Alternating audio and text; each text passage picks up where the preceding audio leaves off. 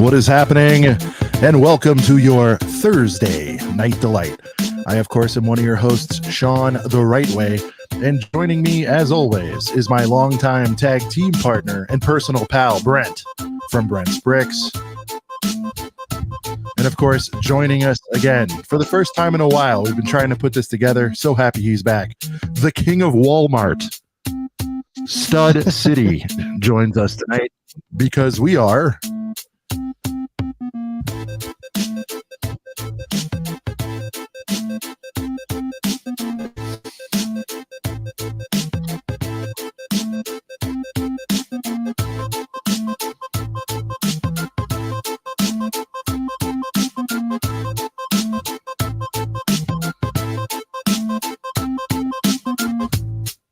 a couple of briquettes.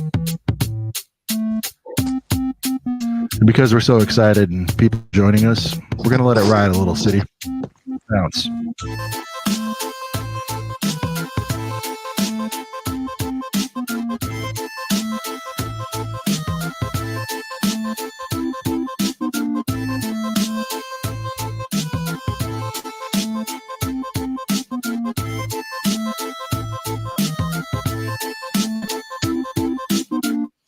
A couple of brickheads coming to you live tonight on this Thursday, November. What the hell is the date today? The November 10th. 10th. Yeah, 10th. Yes. November 10th already. And I know if anybody's fired up that it's November 10th, it is the king of Walmart. It is Stud City. That just means it's deal season, right, brother? I mean, that's why we brought you on. You're the king of this. I mean, look, this is your Super Bowl, right? You do this on a Wednesday in July, but I mean, this is peak season, right? I mean, it's go time. No, November is absolutely crazy. I'm so excited. Like, deals are starting to pick up, and like it feels so great. It's like every day I feel like there's something new, and I can't wait for actual Black Friday, right? Like that's when it's going to be just balls to the wall craziness. So. And I think you mentioned something. I think a lot of the rooks, so to speak, I have my retail background and all that good stuff. I don't want to bore anybody. But it just seems like everyone's trying to beat their competitors to the punch every year. And as a result, especially like Amazon, it feels like they're kind of rolling this stuff early. You've noticed that the Black Friday stuff's been backing up and up and up or moving forward on the calendar, because they're like, well, I'm not waiting. It's kind of like a chicken egg thing. You know what I mean? No, absolutely. So like you said, they get earlier and earlier. And at least from like last year, what I noticed is like, this is going to be a trade secret. So everyone watching, I see 20 people and that's awesome. Thank you guys for being here. But trade secret is literally after the show, after that Black Friday, where like all the hype is gone. That's where the absolute blowout sales are. Like truthfully, like, okay. So there you go. Yeah. Last year, I think it was like the hype up to Black Friday. There was good deals that came and gone, and I was pretty conservative and I kind of saved. And I promise you, after that Black Friday day into Cyber Monday, it was 50 to 80% off. Like, it was just crazy. So I'm super excited for that. Yeah. Yeah. I feel like, because with Amazon, it's so dynamic in that you can change the pricing pretty quickly, as a vendor there. I feel like if they don't make their nut, on that Black Friday week and they have targets that they need to hit, come Cyber Monday and the days following, they're like, hey guys, we didn't hit the number we wanted by, I'm making up stuff, 50K, we got to sell 50K more worth of stuff. Let's go. Let's run it. Let's liquidate it and get it out before end of the year, calendar year. It depends on who you're working with, but no, you're absolutely right. And I think, Brent, it wasn't the light cruiser but remember I got like some bangers last year, and we're talking about girthy boys too. I mean, I know you can clean up at Walmart, but City, I think I'm not the only one that's like, I get what you guys do when you buy up like some of like the mid-tier stuff, some of your Ninjago deals, where you're getting a 60 for a 30 or a 20, and that's cool. Yeah. I'd like to focus, and that's important. I'm not saying it's not, but I'd like to focus a bit tonight on like, how do you get a Monkey Kid HQ that was whatever it was, 170, Brent, and I got it for 103. Like, those are the kind of things where you can get those big girthy guys, on sale, like that kind of stuff. I think that would be That would be really cool. And And one those that come just and go jumps out. quick We're gonna structure this, and we're gonna go by retailer city because we'd like your advice on each one. Yeah. You know, the So, big like, ones. We're not gonna do literally every retailer. for But the sake, just before going on the air, I noticed. Go ahead. I said for the sake of this, we're gonna call these guys blue chip Lego sets. That's what we're gonna call it. That's our blue chip stock right there. our You know what I modular- mean, though? Yeah. Yeah, no, I know. I'm Right. with you. You want a Lego modular on sale. You don't want a Ninjago, ultrasonic Raider on sale. Where it's a big difference. It is. That's what I mean. Yeah, yeah, it is. For example, like Ryan from M&R right before I went on the air. I mean, it's been posted for a while, but he just had that coupon that's showing the Falcon for $200 off. And that matters now. It's $650 for a Falcon. That's a killer deal. If you don't have one yet, you're not going to probably do much better than that. I was going to flip a coin and So, maybe buy that tonight. There's all kinds of stuff coming on, Zavvi. Yeah. It's funny because like these coupons are now getting them back to the price they were. But exactly. Brent, you want to do a quick? Yeah, man. We got some roll names. Call and we got some names down here we haven't seen. We got in a some while. new names too. Oh yeah. All right. Well, let's give a shout out to the Girth Gang.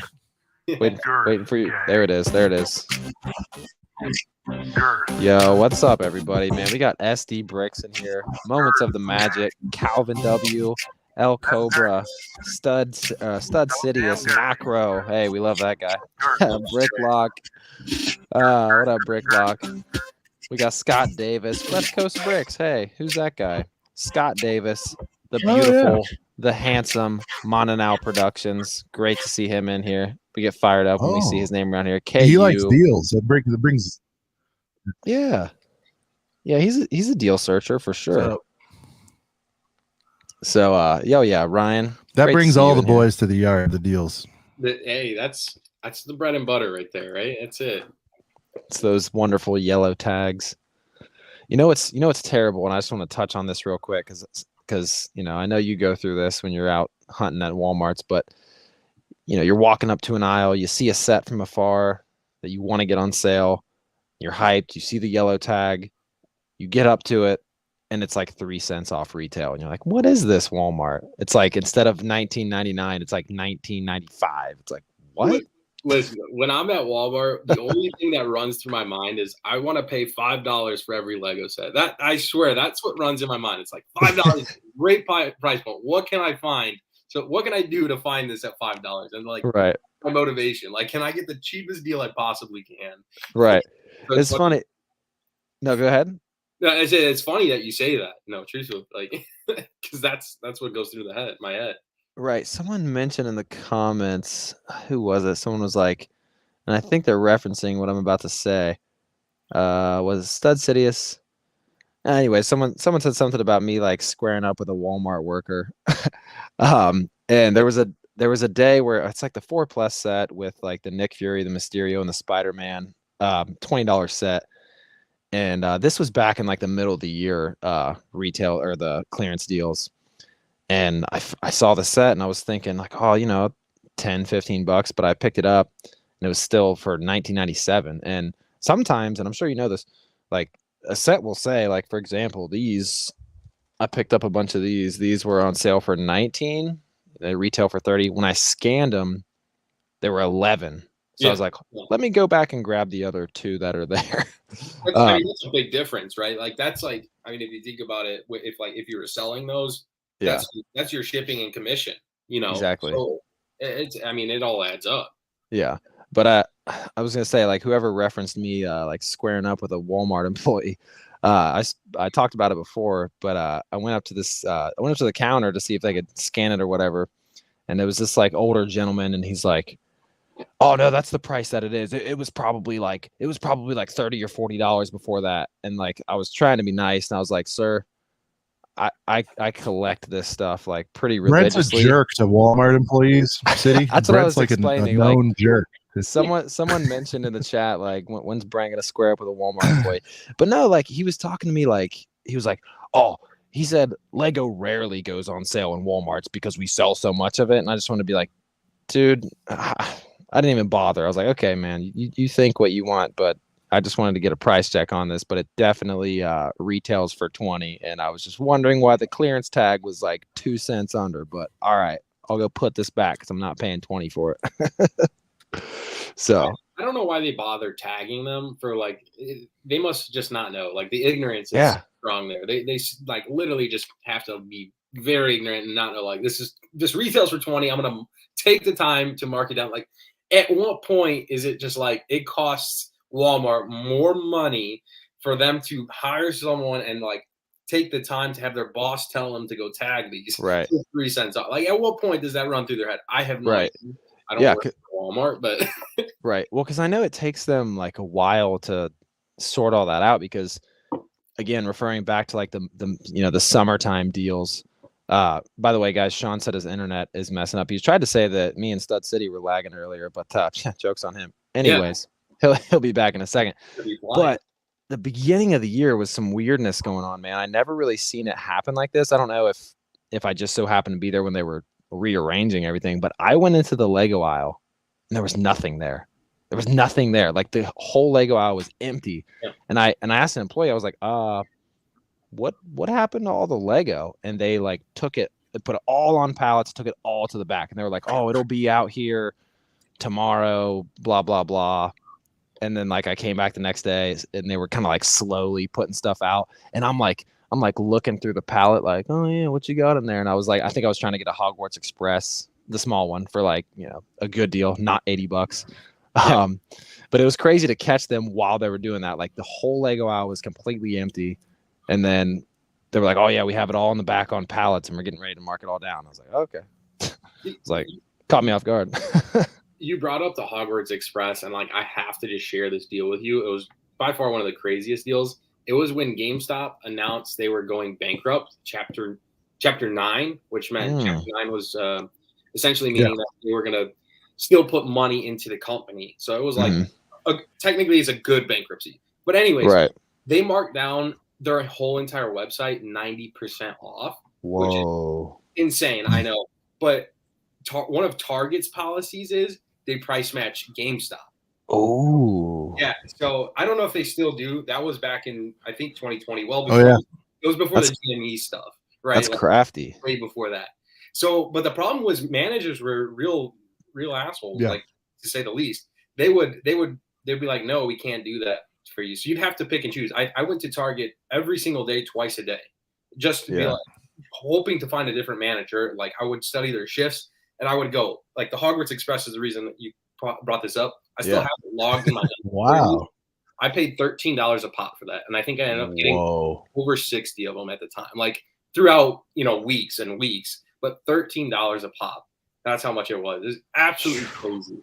See, I mean, it's almost better to have a bunch of those than like the UCS one. Honestly, I mean, like the UCS one's cool. We've gone into our thoughts on that set, when it was brand new or whatever. But it's funny how you see these, like Lego ambassadors who get sets for free and they should be convincing you to buy the $500 one. But yeah, dude, you take like 4 of those sets.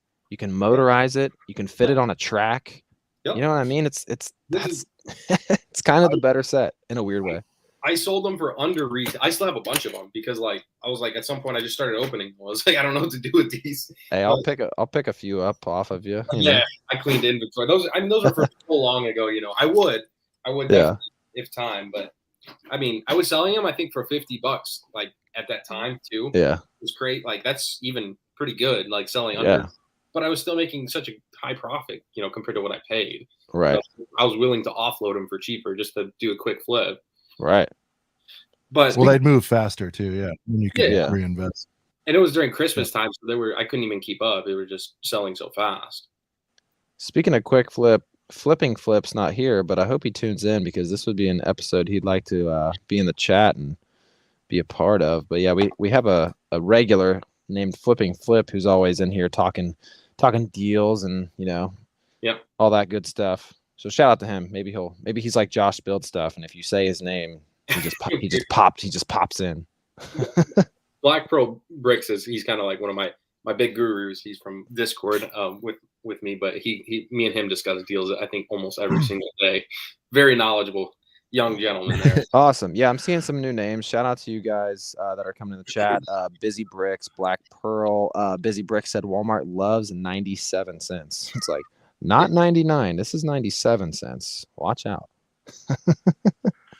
So one thing that comes up is and again you can reveal whatever sources you're comfortable with, City. I know you also you're running a business there too, but what who would you recommend is like a good follow besides you? I mean, I think you do a lot for the community, and I'm not BSing here. Like, you're always posting stuff, letting people know what's up.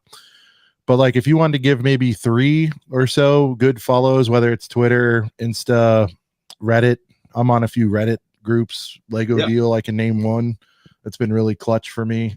Are there any sort of daily and where you want to have your notifications on, especially for this period here, that you could recommend for people? Because we can talk about who's going to have deals, but these are all shock drops, we call them, where it's just like boom, it has no rhyme or reason. It's not literally Black Friday. It's Wednesday at 2:32. You got half off, whatever Falcons. It doesn't. It's just like who can get you that info fast and reliably? Definitely a valid point. I mean, I'm definitely gonna promote our server, our Discord, just because we talk about it every single day. Deals are people complain. They're like, why haven't you said any deals today? And it's not just me, it's the people. Like, I'm giving credit to like the community, because that's what it's about. It's the whole community. They promote deals just like any other platforms I'm going to share with. I don't absolutely helping each other out. Yeah, no, that's what it's about. We all want a good deal. Reddit, I'm not gonna preach about them. I'm banned for life from their server. Oh my god. Long story. But yeah, they have a community that likes to share deals. I think the mods are half twats, but whatever.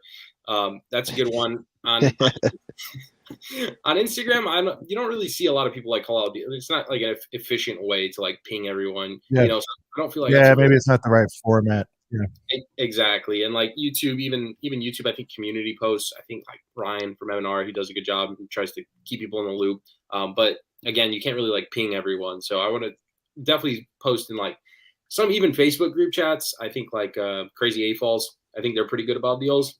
I'm in there. That Reddit group, and then a niche oriented Discord server like ours. And I believe there's a couple others. I'm not active in them, so I don't know a whole lot about them. But I would say those are probably top 3. Notifications on though, definitely needed. Oh yeah, like sometimes. Yeah. You got to be ready to ride the wave this next few weeks. And just let it happen, bro. And I'll tell you what's a bummer is like, for those of us that I would just say, it's not to knock anybody, but normal schedules, your 9 to 5ers, that kind of thing. I don't know, peep your phone every once in a while. I've been mid important meeting and I'll see like, like a Moff Gideon cruiser for 105 or something. And I'm like, fortunately, if your card's loaded, I guess that's another pro tip, right? City, if you guys are wanting to get deals, make sure you establish logins to all these places and get your and set it to Face ID if you're doing it from your phone. Most of us are, or whatever the Android equivalent is, I think. And make sure your cards are loaded and up to date, and your shipping address and all that stuff, because City, this stuff doesn't sit around long. If it's a real banger, we're talking minutes here. There's a lot of competition. Yeah. You just got a recent kind of flash deal, Sean, with that. What's that truck called? With the actual set called, like the holiday truck? Is it called a holiday truck? I forget what it's called. It's like $130. It's like this is pickup truck. Pickup truck is what it is. Yeah, but it's like I got it for like 90. Yeah, you can make it like Thanksgiving or Christmas themed. I don't know if it's creator expert or whatever. Oh, you got it already. Yeah. Hey, look at that. Yeah. That came fast. Was that Amazon? Amazon, right? You know it, brother. And another pro tip, we're layering them all in here. So this was frustration-free packaging, which normally means they're going to slap a label on there and you're going to be upset because your box is dinged up. What you do is you do frustration-free, but then on checkout, you need to click that it's a gift. And they'll actually box it really well for you. Wow. Nice. And that's free too. It doesn't cost any extra, right? It does not, and it does not increase the price. I've heard all these different rumor. I'm telling you, this is how I do it this time of year. Got to click gift. If you don't, it's on you, and just deal with it. Whatever. I just hate when people send stuff back because of box damage. Like, yeah, some of it's warranted. Like if it's murdered, like I get it. But if we're talking a little dingy or two, like it's whatever. Like nobody's gonna care. Some people will. They got to have the pristine one or whatever. But like a lot of people ask me about that. They're like, "Do I just return the?" I'm like, "No," because they keep count, and if you return too much stuff, they will ban your account. Like I have friends that have had their stuff banned, not from reselling, but they just changed their mind or abused it in some way, and they will get you. And they're all tied together too. So we're kind of just riffing here, City, but I'm just remembering like my own little pro tips from this stuff is like, you got to be careful, Yeah, two things. Would you just recommend doing a gift every time? Like, why not just do a gift every time? If it's always 100%, and I'll tell you why. Great question. So on Amazon, always mark it as a gift, whether it's frustration-free packaging or it's just, it doesn't even say that, it's just the price.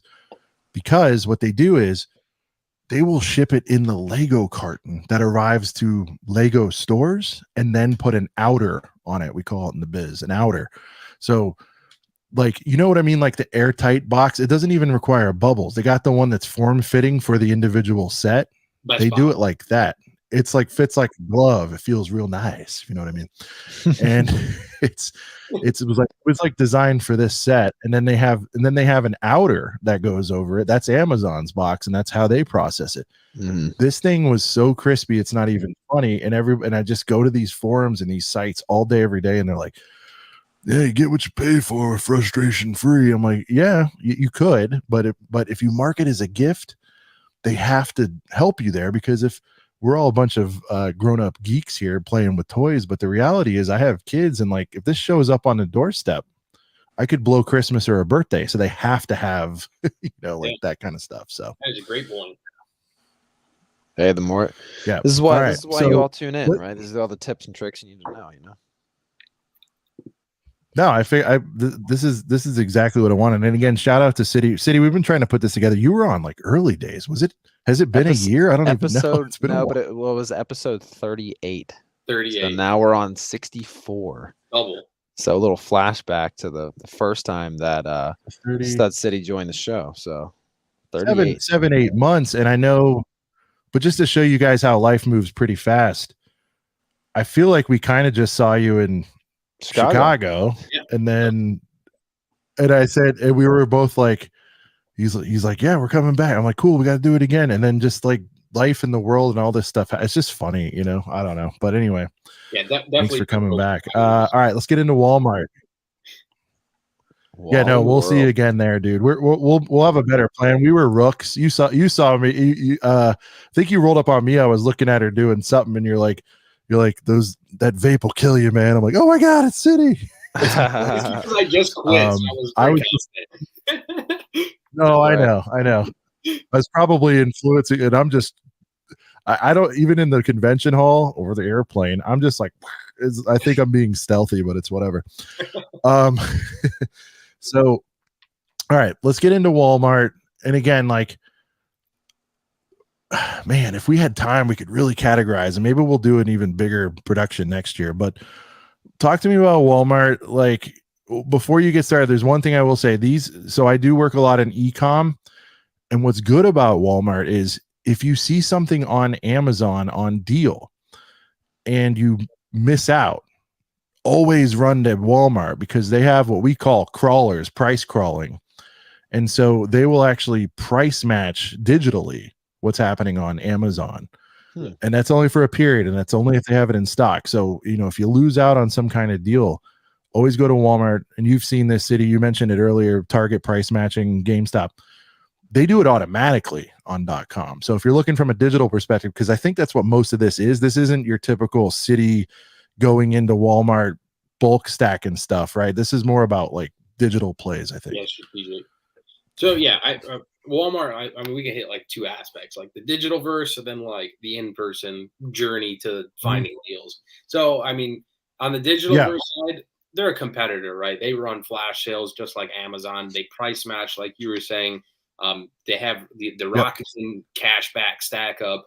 They have incredible deals. Now, one other great thing about Walmart is there's a internet service called BrickSeek. It was intended. I don't know if you guys ever heard of it. Have you heard of that, Sean? Yeah. So, like, if anyone in the chat, Oh yeah, no, I love it. Yeah.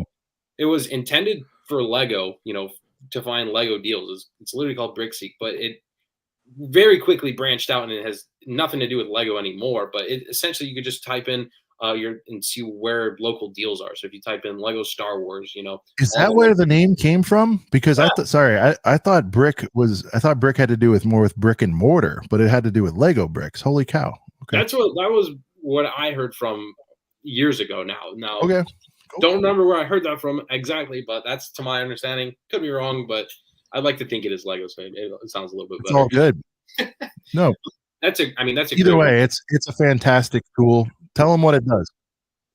Yeah, so literally it'll show up like you type in Lego Star Wars or even just Lego deals. There's filters and whatnot, and it'll like pinpoint stores. I don't even think it's just Walmart. I think it does Targets, whatever local stores are close to you. It'll tell you what's in stock as well. 100% accurate is not always true, but it'll tell you for the most part what's in store and the prices, which is great. So you don't have to go driving an hour for one, larger Lego set when you could see that they have 10 of them. That way you're like, okay, it's worth the hour now. So I mean, that's a key player right there. So definitely take advantage of that.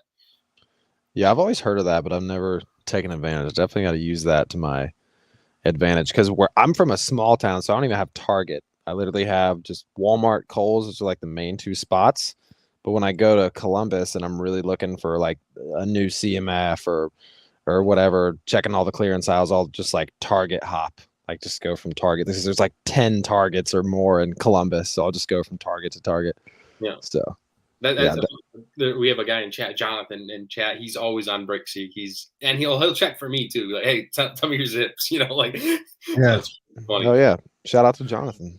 and I hear people doing that in city. I think it is worth pointing out that inventory levels are never completely accurate. I feel like I would advise if you're going to drive somewhere that's like 45 minutes, because let's face it, I mean, in LA, gas is $6 a gallon, right? So yeah, if you're going to make that drive, definitely use a tool like BrickSeek to see if your time invest and all that stuff is worth it, because you can get there.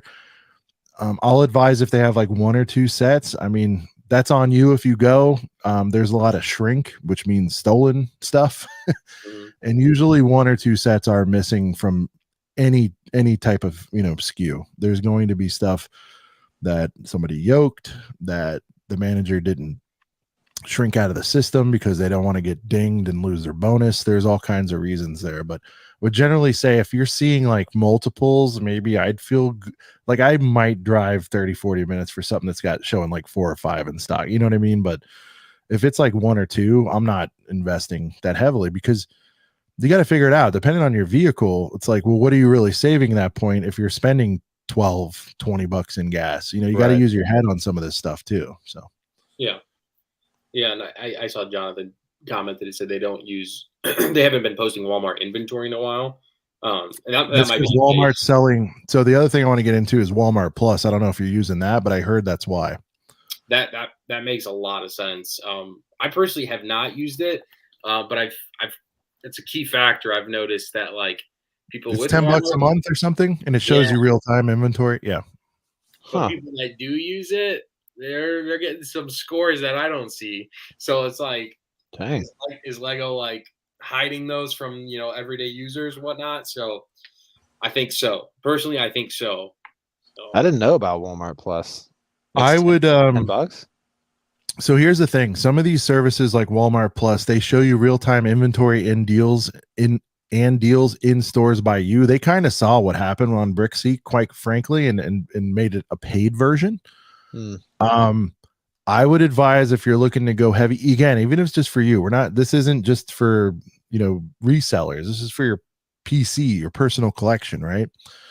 I would advise, because there's no annual contract on it, and I think they have a free trial, City, too. So you may want to give it a whirl. Set yourself a reminder to cancel. But they have a free trial for whatever it is, a week, 10 days, 30 days. Maybe you sign up for that bad boy for November and just see, not you, but anybody listening, you know, like sign up for it and just see what's up. I might do it this year. Why not? You know, like it can pay for itself. It's funny you say that. It's $10, list and it's a couple poly bags. You know what I mean? It's not a big deal. Yeah, right. It's not a better month to do it than right now as well. So that's like the big thing. But like $10 a month adds up, right? Like $120 a year. You know, like if you don't go nice that much, personal collection type stuff, is it really worth it? Maybe not, you know.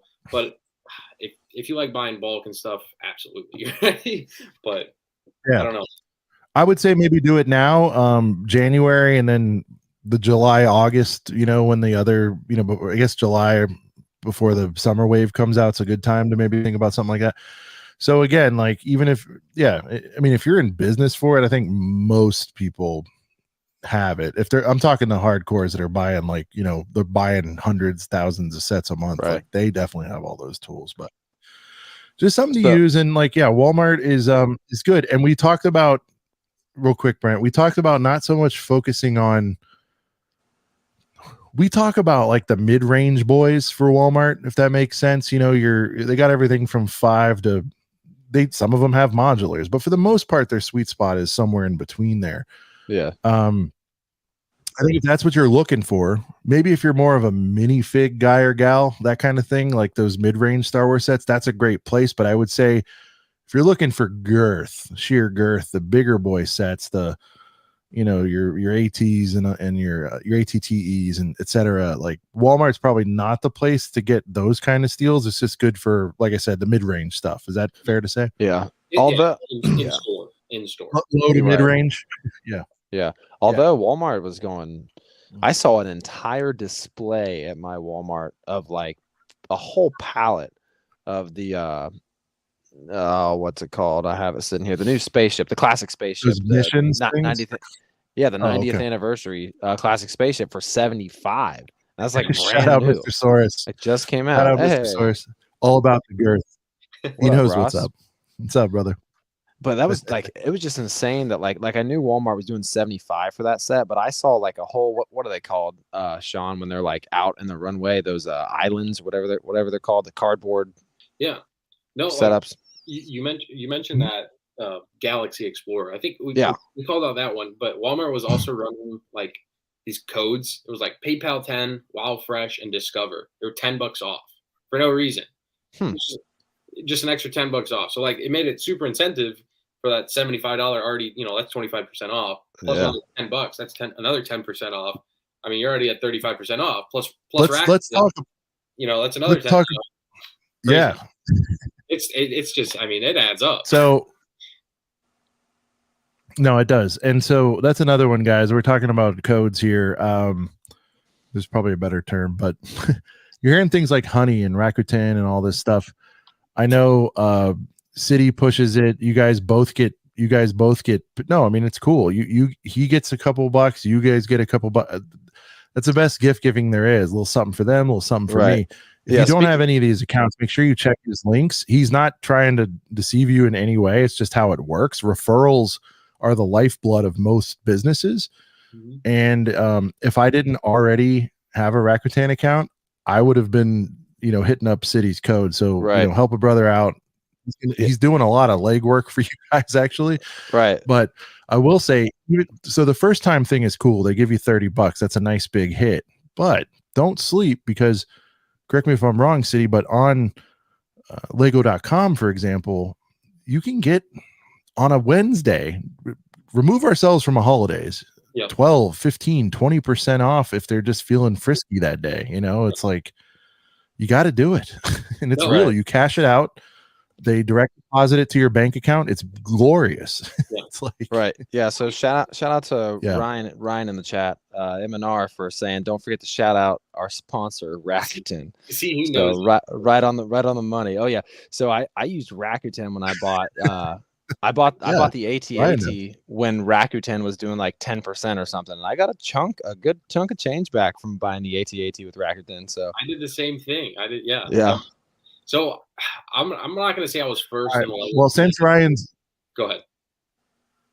This was on the list, and since Ryan's here, and Ryan, if you want a link, man, jump in. But let's talk Zavvi, man. This is an underrated channel to get stuff, man. I It's think people. unfortunate. Yeah. So here's the wrap on Zavvi. I'm not saying it's fair, but here's the wrap. As I see it, people are a little bit concerned because they're not familiar with the name. But if you've been in the space long enough, you are. So get over that. The second piece is, and I think Ryan explained on the show, they are a UK company, but they do have DCs or distribution centers in the US. Kind of a little bit of the negativity is you don't have as much visibility on when your stuff actually ships. That's been my experience. I did a Ryan Falcon deal.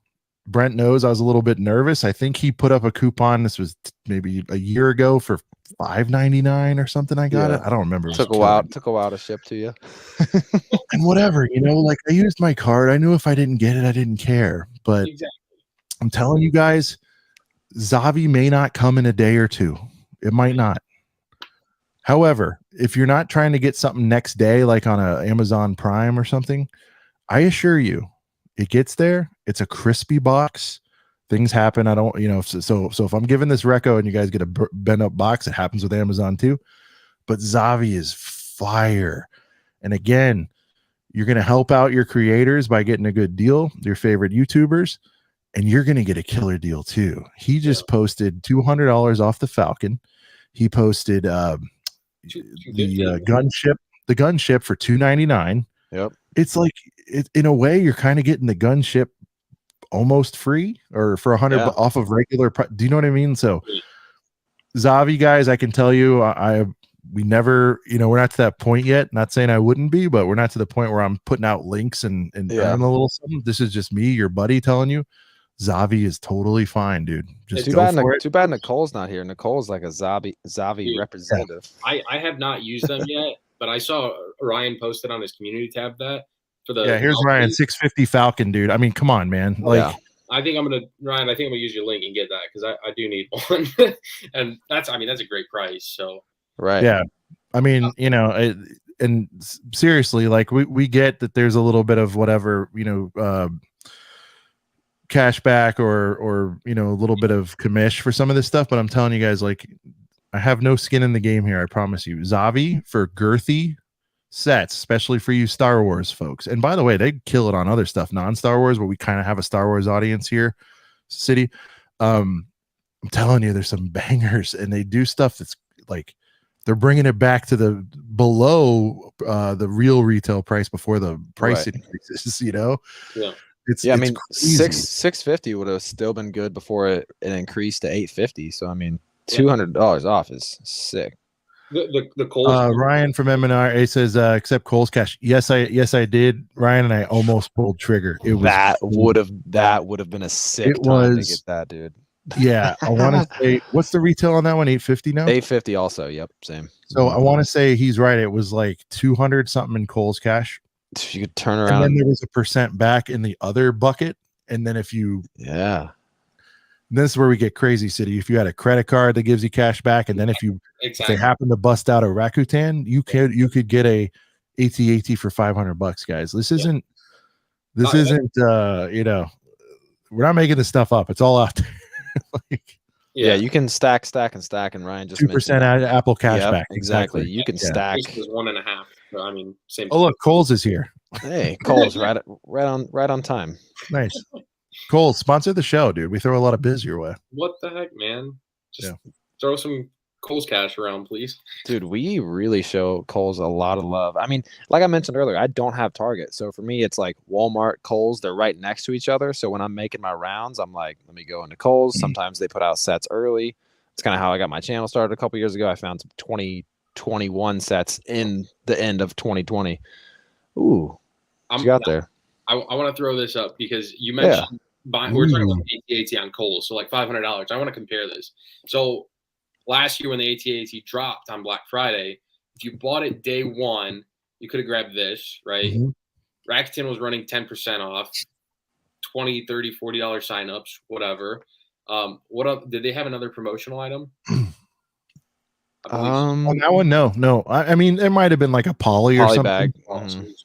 You know what I mean? It might have been a goes the an good all 18. or something, but not a banger. You know what I mean? Right. Well, I do remember. I always think it's double VIP, but double VIP was the Cyber Monday. It was like a couple days after. It was annoying. So, anyways, 5% off the $800 price point, right? So it was 800, not 850, which was great. You picked up this, which is now at a retail of 175, 180. It's Yeah, up there. I've seen it. People buy them for $2. I've seen it. Yeah, Plus, It's up there. what's 10% of 800? $80. exactly. Yeah. Which, I mean, dude, this topic is so multifaceted, City. We could go all over the place with this, but like, let's jump into this. Let's have fun with it. Yeah. Let's go with let's get your thoughts on this, because I'm gonna go on a rant that I go on every time this comes up. So I'm certain you're gonna side with me on this. We'll see. Okay. For the most part, double VIP is kind of a clown show to me. Like, people get very emotional about it, and they're like, I mean, you go in the forums, they're like, as soon as that sucker comes on double VIP, I'm sorry, I'm making them Southern. I love Southern people. I'm from the South. I was to say, when did they become Southern? Well, I mean, I know Sean's we have getting into friends that are character. Southern, Kendall Cole, but they're like, as soon as that sucker comes on double VIP, I'm pulling the trig, and I'm like, Hey, there you go, Sean. M&R said double VIPs for chumps. I say when double It VIP is. It's a clown show. Like, people lose their minds. The only time I just want to make this statement, City, and you can retort. It is only good for banger GWPs. Am I wrong on that? I mean, is that okay? There's another good factor. The other factor is I like to make videos around it because the hype is so there that people just absolutely love it. So that's the other. They lose their minds. It's crazy. Over $10. They're like, I'm waiting on that scythe. It's going to be 89. I'm like, it's been 70 something at my Target. Like, you know what I mean? It's weird. Granted, Rakuten usually tries to line up like an extra few percent during those times, which always helps, right? So yeah, it does help. The promos, I'm a sucker. I can't really pass up promos. Yeah, sure. But we all love a good GWP, man. I'm not. That's like I build the value in that in my head, right? Like, okay, right. I'd rather pay full price and get double VIP to get that set that Brent just held up. That makes sense to me. But people doing it on a Wednesday out of nowhere, I have like 3 of them, and it's literally on the shelf cheaper, and you can inspect the box, and you can do all these things, and you can get 5% cash back at Target. What are we talking about here? People are like, I like to use it as a savings account. Just like, no, I want the cash off today. I don't need a like. Ordering from Lego, like actual Lego, is like 95% of the time the worst option. It truthfully is, like, direct from Lego. You never really get a just significant deal, like if you just wait or look for a better deal. That's kind of how I look at it. Brent, can you shoot Ryan a link on Insta real quick? Yep, I got you. Hold on. Anybody else who wants to join? It's a fun combo. I got you. And then Ross, every D2C is no longer D2C. Again, that's true. And when we're talking about these deals, City, it is worth mentioning Kohl's, who not nobody, but I would say like normies, mainstreamers, whatever you want to call it. If you went man on the street and said, do you know they have the UCS AT at Kohl's? Most people would say no. I would have if I didn't know. Yeah. Yeah, no, definitely. I had the UCS Falcon saved from Kohl's, like as a tab on the top of my bar for, I think it was 11 months, and it never came in stock. So from last November until I shit you not, literally probably 2 months ago, I had it pinned at the top of my desktop that I logged into every single day, and I checked, and it never went in stock because I wanted it from Kohl's because they're Kohl's cash. And then, then another sidebar about Kohl's that I don't want to make public, but I was going to buy it from Kohl's and it never showed up. Yeah, so they had them as of yesterday. Yeah. So, so again, there's early Black Friday deals. And again, guys, they're all trying to jump the gun on each other, because if everybody was a good sport and waited till Friday right after Thanksgiving, then it'd be even playing field. But it's not an even playing field. We know who the monsters are. Some of these smaller companies, Kohl's is smaller than Walmart, is smaller than Amazon. They're like, YOLO, I'm going to jump the gun on these guys and give banger deals now. We'll get ours. And if there's anything left, then those guys can have it. And it's awesome for the consumer. Look at the Macy's sale that was As a vendor, my day job, I hate it, by the way. That's what I do. Like, I negotiate with Amazon almost daily about stuff, and it's a nightmare for me personally, but as a consumer, it's awesome. Look at, have you seen a lot of the Macy's deals this week? Yeah, Macy's is another banger. I mean, there's so many hidden gems. I'm sleeping on Macy's. They sold out within like the first probably like 5-6 hours of like the community kind of noticing it. I would say they had some freaking banger deals. Yep. Sidious mentions a VIP system set up so you think you're getting something for free when actually they're getting you to spend more money. Basic marketing you learn in college. Yeah, right. Exactly. I mean, like, look, I think people, for the most part, know that. I think maybe they don't think too much about it, but I think people are okay with being manipulated or swindled, or as long as they're getting something cool, like at the end of the day. And so, if you're getting your Aunt Beru set and you paid $30 for it and you overpaid what you could have at Target, I think you could be at peace with that, because at the end of the day, you kind of wanted that Aunt Beru set. You know what I mean? Like, so that makes it fine. But I'm just saying, again, if there's not a banger GWP, really look at what you're doing and what you're saving. Use your brains, people. Like, if you're a $400 set is $40 off at double VIP, you could do way better so many other places. And I want to get off my Rakuten on a Wednesday. Yeah, Rakuten on a Wednesday, we call it. There you go. So I like that you bring this up, because like, let's take I saw a comment earlier on a video that I made. Let's look at the Eiffel Tower, the promo. It draws your attention. You want it. It's exclusive. I want that. I want that more than the set. This dude's I want it more than the set. I forget his name. He commented this. He goes, I don't care what happens. I'm buying this day one. I'm going to pay the restocking fee. And if they charge me $40, I don't give a shit. And he goes, I'm returning it the next day. And I said, dude, you're a genius. Like, that's it. $40 for that is worth it. I would. Yeah. Oh yeah, that's going to be the apartment. Eiffel's apartment's going to be a $200 set. Exactly. Yeah. Dude's a genius. Yeah. I'm buying it day one. I'm not saying I agree with it, and it's something we've all thought of. I'm not saying I agree with it. I almost think, for the troubles though, and again, think about gas, time, energy. Yep, I agree. If somebody puts one up for $100 or something on eBay, just pay $100. You're good. You're done. It's your convenience. You're going there anyway. You're going to the ball, and that's different. I mean, you guys, when I talk about this stuff, sometimes I come off as, I hope I don't intend to, but sometimes I'm like cranky old man mode, where I've got 2 kids, I've got the job, I've got the wife in the house and all.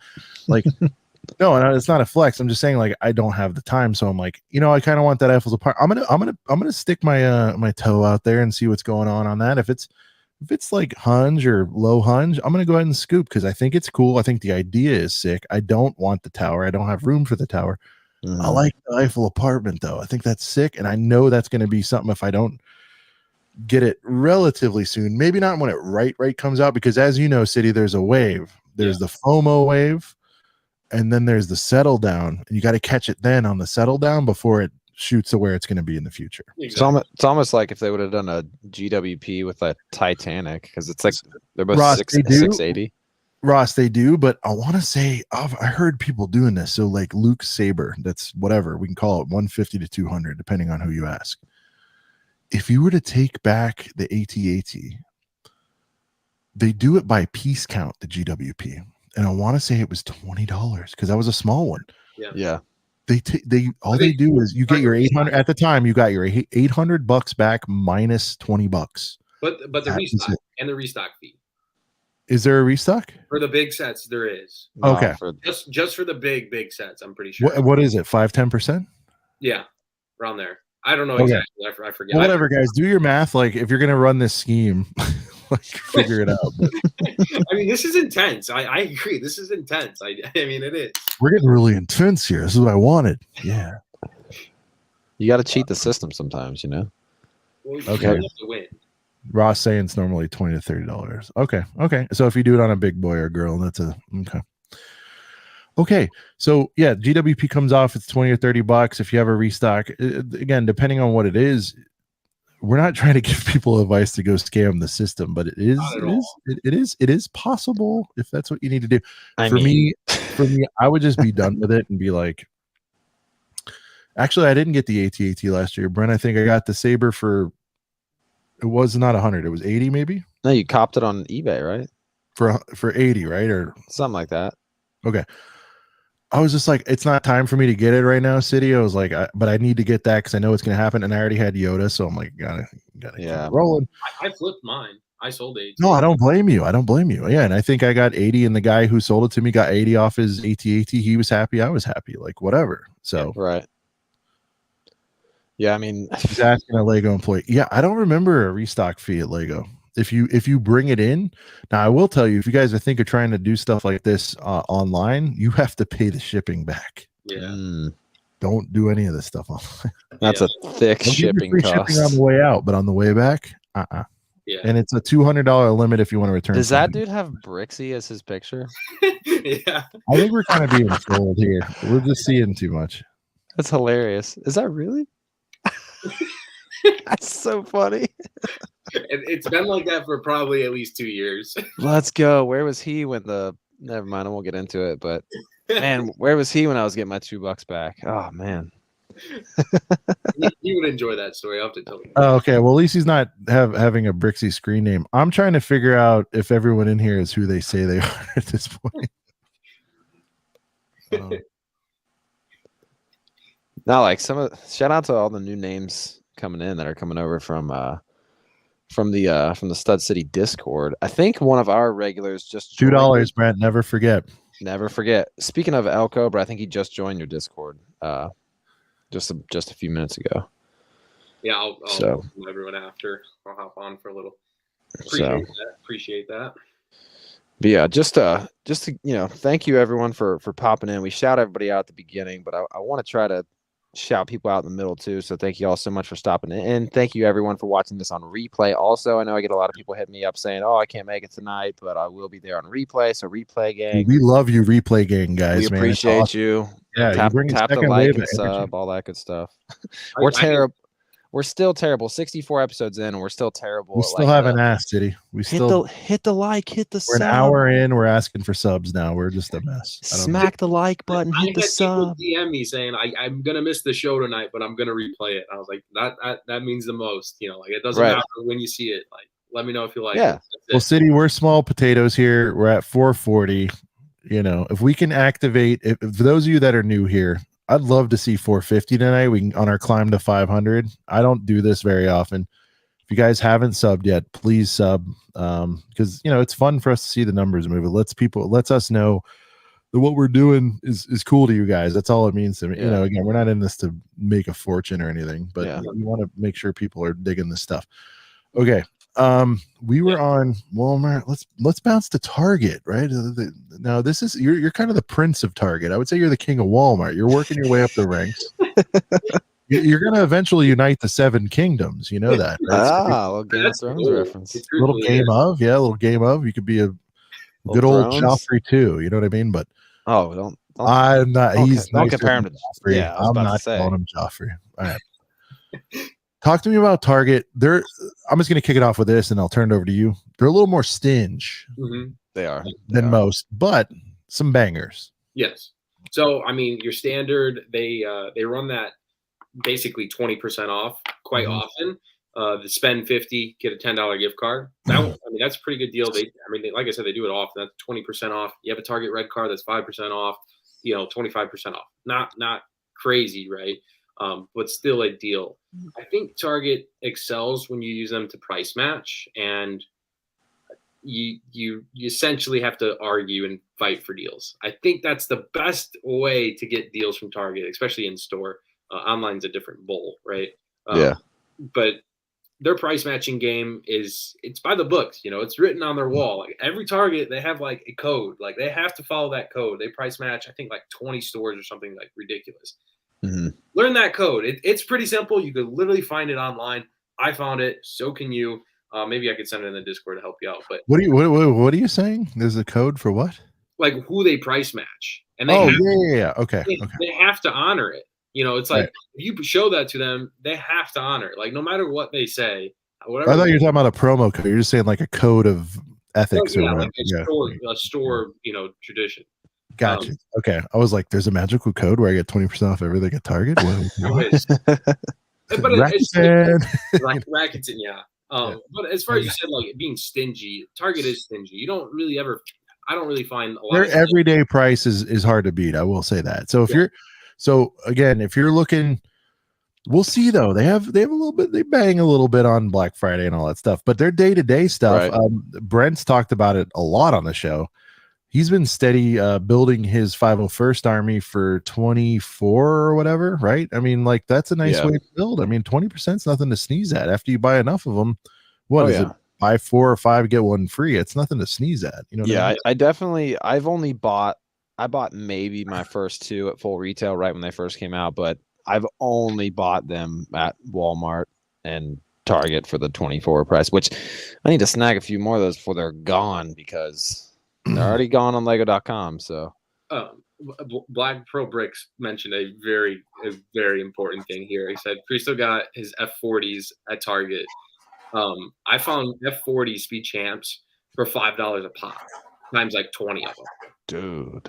Yeah. Wow. So my recommendation is they're good for Speed Champs. Yeah. Find a scanner, scan them, because I've noticed that like sometimes they mess up in the system and they clear some stuff, but they'll never mark it down. Like they don't put clearance stickers, they don't mark it on sale. They literally just scanned cheaper, and I cleaned them out. So I mean, get a cart, get 1 of each Lego set, go to the scanner. I mean, that's what it takes, right? Yeah, that's it. Jonathan, the code. Imagine explaining to a Target employee, talking about their code of ethics and they must price match. I think I would replace that word with policy. Would probably be right. like no, man, this is your code, this is your creed, man. You said price match. The creed. That's funny. So this was my best Target clearance deal. I got these for $41.99. There was 3 of them. I grabbed them all. This was like a year ago, maybe. But yeah, and this was like they had just retired, and I was just looking through the clearance, and I seen one of them, and there was like 2 more behind it, and I was like, "Yep, I need them all." 41 bucks. So that's a solid deal there. I don't even remember that set ever being out. I didn't really collect Star Wars though. Yeah, this was like 2020. Yeah, 20. This is 2020. Wow, I think so. Now tell them the story though. You ended up 2019. You ended up putting a few of those, and you ended up getting Stranger Things with that, right? So just one of them. But yeah, that's kind of the interesting thing too, guys, about finding clearance sets and then the set retires. If you're not gonna flip them per se, but there's another set, like for me, I really wanted the Stranger Things upside down. It went up a lot. It's like probably like $450 now. I don't have Bricks and Minifigs in Ohio, but there are stores like Bricks and Minifigs. So I took one of these because I knew he was going to give me a decent bit for one of these retired Clone Wars set. And I just took a bunch of other city sets that I got on crazy clearance deals, like $100 city sets that I got for like $40 that I'm never really going to build. And I just took a bunch of those, loaded them up in my car. And I was, just so I was able to pay a little less than retail for the upside down instead of hashing out $450 for it. Yeah. So that was kind of another way where I was able to like take a bunch of sets that I bought on clearance, basically just because I was taking advantage of a good deal. Didn't really have a plan for them. Maybe I was going to use them for parts. Maybe I was going to give them to my daughter, whatever.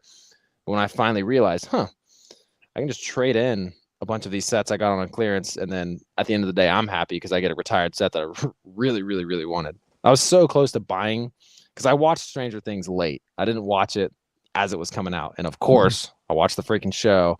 And I'm kicking myself because I'm like, oh, why didn't I buy it? And the funny thing was the upside down. Lego.com brought it back for like maybe a week. It just like came back randomly and then it was gone in like 5 days or something.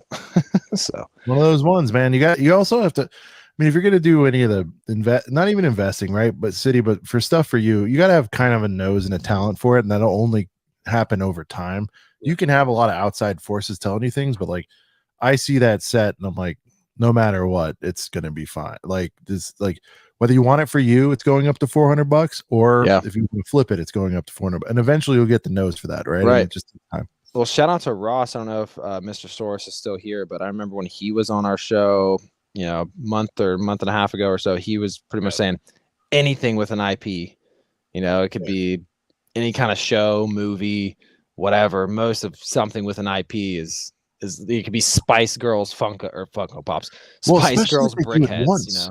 But especially if they do it once and it's the right one. Yeah. Right. Yep. Right. I mean, you got people still. I mean, again, shout out to Mr. Source, but you got Emily just like hardcore Scooby Doo, and like there's really no sign of that coming back unless they do maybe another big movie or whatever. Simpsons, Quickie Mart, Simpsons, exactly. Yeah. Like when there's a big fandom behind it, and it's kind of a one-off wave, like, and you're moderately interested either for your personal or investing side.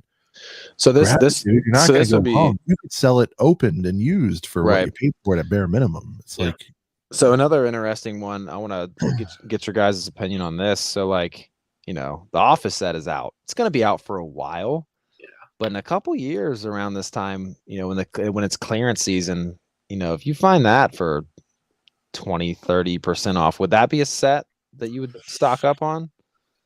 It depends. Oops, go ahead. I mean, it's The Office. People love The Office. What's different from The Office other than the Friends, the Queer Eye? I don't know what other ones there are. Shout out to Queer Eye. Great $60 set. Seinfeld. Great $60 set. I mean, what's the difference, right? Right.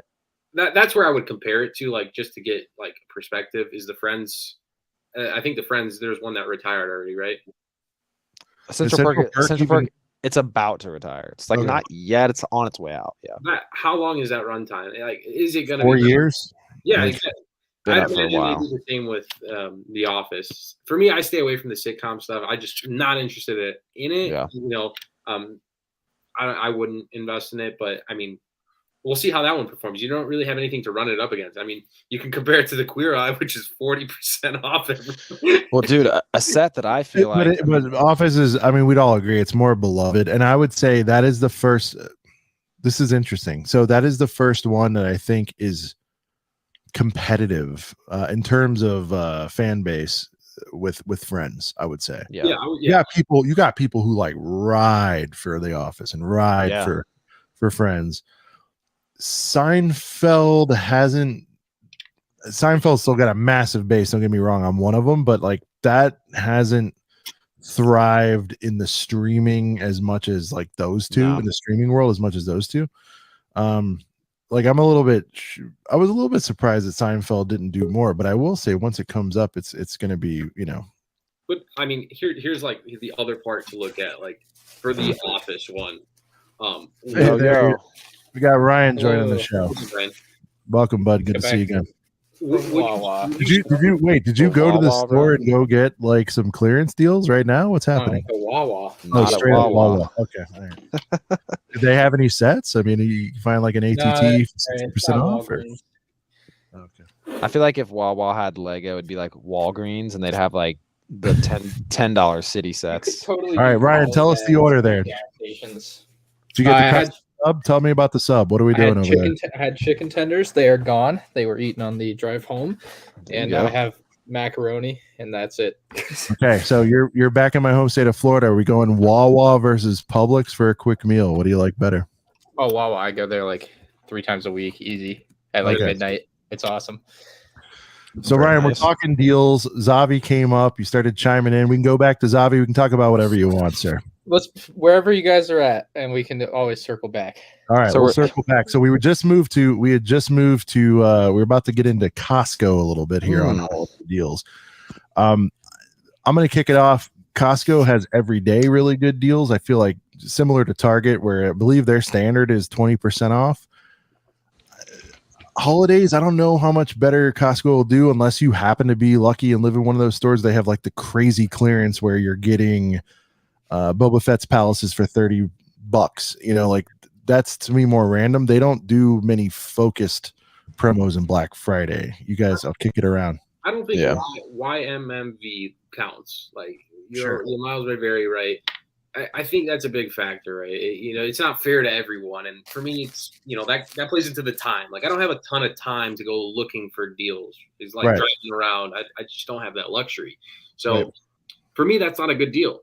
You know, if I have to go drive around Costco's and find a good one, Park and deal with that whole opportunity thing. cost. yeah, It's what people don't factor into a lot of things. No, they don't. And Ryan, we mentioned it earlier. I don't know if you heard that part, but we were like, you know, it's funny. People will drive 40 miles to save $6 when gas out here with me is $6 a gallon. I'm like, I'm not doing that. Even gas aside, just the time you're Well, spending. time, you could sure, have just but done something else, made $5, and you're like, you're back where you started. Agreed. I just started with the most tangible thing, which is like crazy gas prices, let alone your time, energy, whatever. Exactly.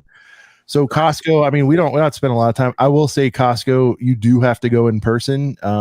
Their prices are on average $5 higher online than they are in store. So they kind of incentivize you to go in because they know you're going to buy more shit. Go ahead, Ryan. I have a Costco thing. US Costco online is garbage, right? That's what I meant. Like, yeah. There's like 2 sets on there anytime I ever look. And then if you look at like Costco Australia or something, they have like 100. Jeez. Something like that. Yeah, it's nutty. So I don't know what their online deal here in America is, but they just don't do it essentially. I think their whole thing is, so I do business with them online. They generally have a buy. They have to have one in 2022. They have to have an online presence. And I'm not saying it's not a moneymaker for them at all. Their goal is to drive you to store, though. A couple of reasons. One, they want to drive you to store to get that membership, which is their lifeblood and almost all of their profit. Mm-hmm. Number 2, when you go in there and you buy the Boba Fett's Palace for $30, what's going to happen on the way out? You're going to buy the 48 pack of Coke, and dude, they got a pound of beef jerky for $10 and all that. It's a loss leader, right? I mean, that's the way it works. Yeah. I just looked Lego Star Wars up on Costco.com. They have 2 sets on the website: the Lego Classic Space Mission and Lego Ninjago Crystal King. Versus like in store, they'll have like right now they have like 12 or 15 different sets at my store, you know, separate pallets, which are really nice. All right, you heard it here first. Ryan's video tomorrow is going to be on the Crystal Palace King or whatever that is. So oh my god.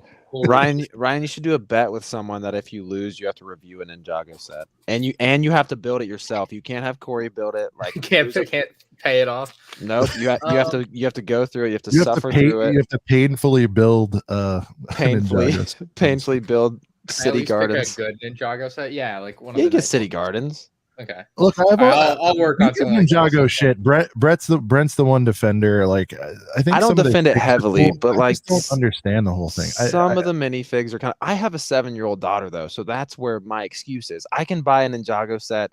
If you want Ninjago, Monkey Kid does it better. All right, here we go. Monkey Kid is dope, and Ryan Monkey Kid is so sick, and I wish there wasn't so much competition because it's some of the most slept on coolest sets.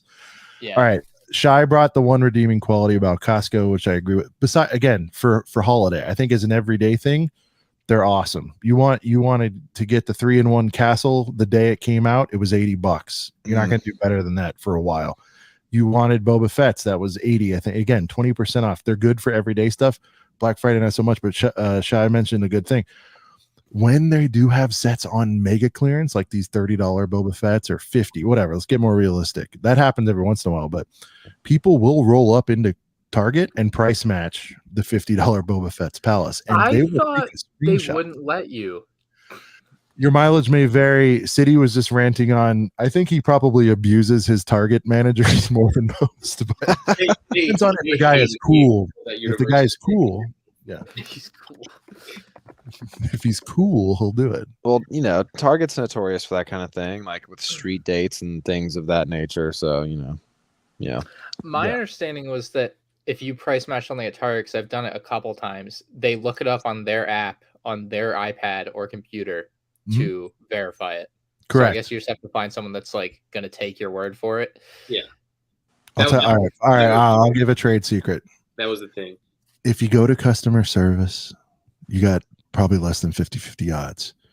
If you do it while in line and there's a line behind you, put the pressure on them. Show the deal. Now, this is God. I'm violating something here. No, it's all right. If Steve is checking you out, they keep track of how many diskies Steve has given out. If Steve's had a light day and you're nice to Steve, maybe you got a couple kids crying in your cart like your boy. Come on, Steve. Hook me up. Brother. This said it was 99 on shelf. I'm seeing 140 for this ATTE. What are we doing? Oh, it was 99. Yeah, I can show it to you. He's like, I don't have time for that. Exactly. No, I'm gonna say something interesting here. And I only do it when it's like an error. I don't So make funny. stuff up. I don't do all You- that. Quick aside on the on shelf thing, like if you see a price tag that says 99, I completely disagree with the idea that you should be able to price match that to some to Only like if when it's it's on bulk the stacked. wrong. If it's bulk But stacked. I could No, just it's go in the dirtbag. store and No, switch it's total something around. dirtbag. And move it. Yeah. I just disagree with that. But not No. that what you're doing is wrong. I don't No, like. no. I think stores shouldn't do it. Yeah. By the yeah. way, I've never, to be clear, I'm giving an example. I don't do that. What I usually do it for is online on That Target was is a pretty always cheap. detailed description. I'm very clever. Online, what I normally do it for is online. The price is almost always cheaper on most of that stuff. And I just go, hey, it's $8 cheaper online. And I go to whip my phone. He's like, whatever, 8. Yeah. And he just does it like for Yeah. real. I I just have find it not funny gotten that stores $40 don't off an ATTE. I assure you. match that. Sean, I need to throw this in here because Please. when I was running those Target, like getting those Hogwarts Expresses for like $13, I dragged Georgiana with me, and when it was just me, 80% of the time it was a no. We can't price match this. Would she bat the eyes? What did you have her do? What are we doing? No, Georgiana went by herself. You know, I'd Oh. pull up a card, be like, send the lady. You know, You put her up to your schemes? Oh, I What a put her up girl. to No wonder why you put a ring on it, brother. Good job. Yeah. wasn't even questionable. Didn't even question it. Like, didn't ask to see the price. Didn't look it up. Did you talk to Steve? Steve's a pushover. You know Steve. Yeah, Steve is. All right. See, that's why I was lucky when I was in LA and Sean was nice enough to buy me a couple of these for my birthday. Shout out to Well, Sean. they'd only sell us 2, Ryan. That's all they'd let us buy. Actually, the day before they let me get away with 3. The manager, Shy knew the manager in that store and said she was pretty cool. But no, before I met up with Sean, I was telling my wife, I was like, listen, you might need to buy a couple of these, like aside from me, because I'm trying to get his. And she's like, why do you need more than one? And I'm like, army building. I'm like trying to explain to my wife, army building. See, Did she understand it? Still Yeah. no, you know. oh come on! I'm gonna make a video soon on those figure packs. I think they need to completely reconsider them from like a conceptual standpoint. If you're gonna make them impossible to get, just make them named character packs so Yeah. that people only want one. Yeah. Well, I mean, even when they do the Harry Potter one, you could get like, well, I guess I'm thinking of the generic students. You can get like 50 at a time. But they had another one that was like professors or whatever. But That's yeah, right. Now I remember that, and I love. Yeah. I remember. I think I pointed that out at the beginning of the year. Like the limit's 5 and the Harry Potter limit's 50, and people 50. are always like, Lego has never changed the limit on anything. They're not Right. changing the limit. The limit is 5, and it's gonna be 5. Yeah, it's Right. It's in Didn't you- stock but now. I feel like Clone's up though. Weren't they 2 or 3 and then they went up to 5 on the site at some point? They might have. Yeah, Slightly. right away it was 2 or 3. Yeah, They were always limited, don't get me wrong, but you're when they hit limited. 5, yeah. You're limited 5 for your whole life apparently. For your life. Because I got some when they first came out, and then a couple months ago when they came out again, I think Ryan or someone posted the thing, and I rushed to get more, and they canceled it, and I was like, Yeah. what's up with this? And I called them and everything. And I'm like, so my order got canceled. I'm curious as to why. And they were like, oh, because you had a previous order. I was like, yeah, I understand the limit's 5, but is it 5 for my entire life? And they're like, well, we just want to make sure everybody can get one. And I'm like, dude, who cares? Just make like, more. Yes, come Just on. make more. Just make more. So To everybody saying they need to like expand this and make them more available, they know what they're doing. Ryan, you know the scarcity is what drives this thing. That's why when you see one in stock in the Lego store, you buy it because you know you better. You might not see it again. I asked, and the Lego store in Orlando told me they hadn't had them in like 2 months or something. It's not even like you can't even find it. It's ridiculous. dude, that's why I came home from LA with like 8 of them because the 3 stores in Ohio never have them ever. So Chicago has not had them since like day one. yeah, when I was at Brick World Chicago, I was like checking all the stores. I was like, do they have it here? Right. Do they have it here? oh yeah, of course not. Yeah. I've been more Not fortunate that than weekend. most. They're not going to have anything good. Yeah. Yeah. I've probably gotten like 60 or 70 because at first I ordered my 5 online. Then I happened to be staying in a hotel near the Lego store in Orlando, like in the first couple weeks of January, and they were getting them like daily shipments. So I would just go every day and buy a couple in the morning. So got like 10 that way. And then Legoland California put them on their website. This is like beginning of 2022. So COVID, they're still a little COVID scared or whatever in California, I guess. So they were still trying to push their online sales for Legoland there. And so they put it on the Legoland website, and the limit was 5 or something. I think it was 5, and your shipping would be $15. I think the average price I would pay is like $20 each, but I was like, screw it, these are hard to get. I'm gonna buy them. Yeah. So I think about like 20 from there. And then Australia has been getting them for whatever reason, and they're easy to get there on the website. So I've been getting them brought in from Australia too. So like it's kind of ridiculous how far you have to go to, or like the length you have to go to, or how lucky you have to get to be able to get any that makes sense. of them. Well, I mean, you would think like it's unfortunate that they're not doing any more of these for 2023. Because Ryan, I know you've talked about the TIE Fighter, like that's a set that they could have on shelves for like 4 or 5 years. Mm-hmm. Now it would be a little bit better if we got 3 regular Phase 1 clones and not this freaking yellow one. But this could be something they could have on the shelves for more than 1 year, and then they could do a droid one, and then that could be a way that you could get your droids. And if they're gonna give us these clone sets next year, like you would think they would want to keep these out. That's why I'm like, I don't know. I really hope they're not going to retire this thing soon, but like, dude, even if they don't retire it, it's not like you I can just love buy when them. Ryan's around. Brent springs into clone chat like immediately. It's like coming home. He's like, all right, Ryan's on clone talk. Let's go. Ryan, you want to talk about Lego deals instead? Or go back no, it's fine. It's fine. It's just I do observational humor.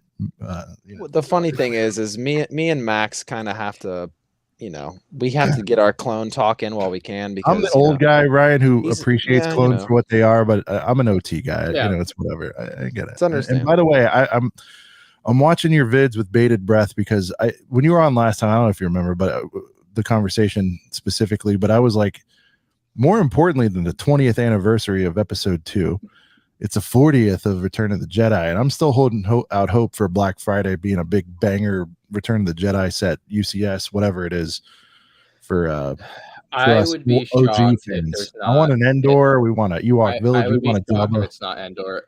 There's no way it's not Endor. They haven't done an Endor bunker since 2009. There's just no way. That's like, you know what I mean?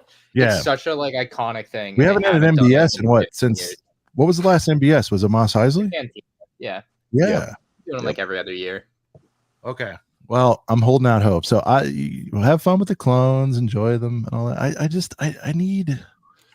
I was late in the game. I only started a few years ago. I'm not going to go back in time and pay whatever it is for that.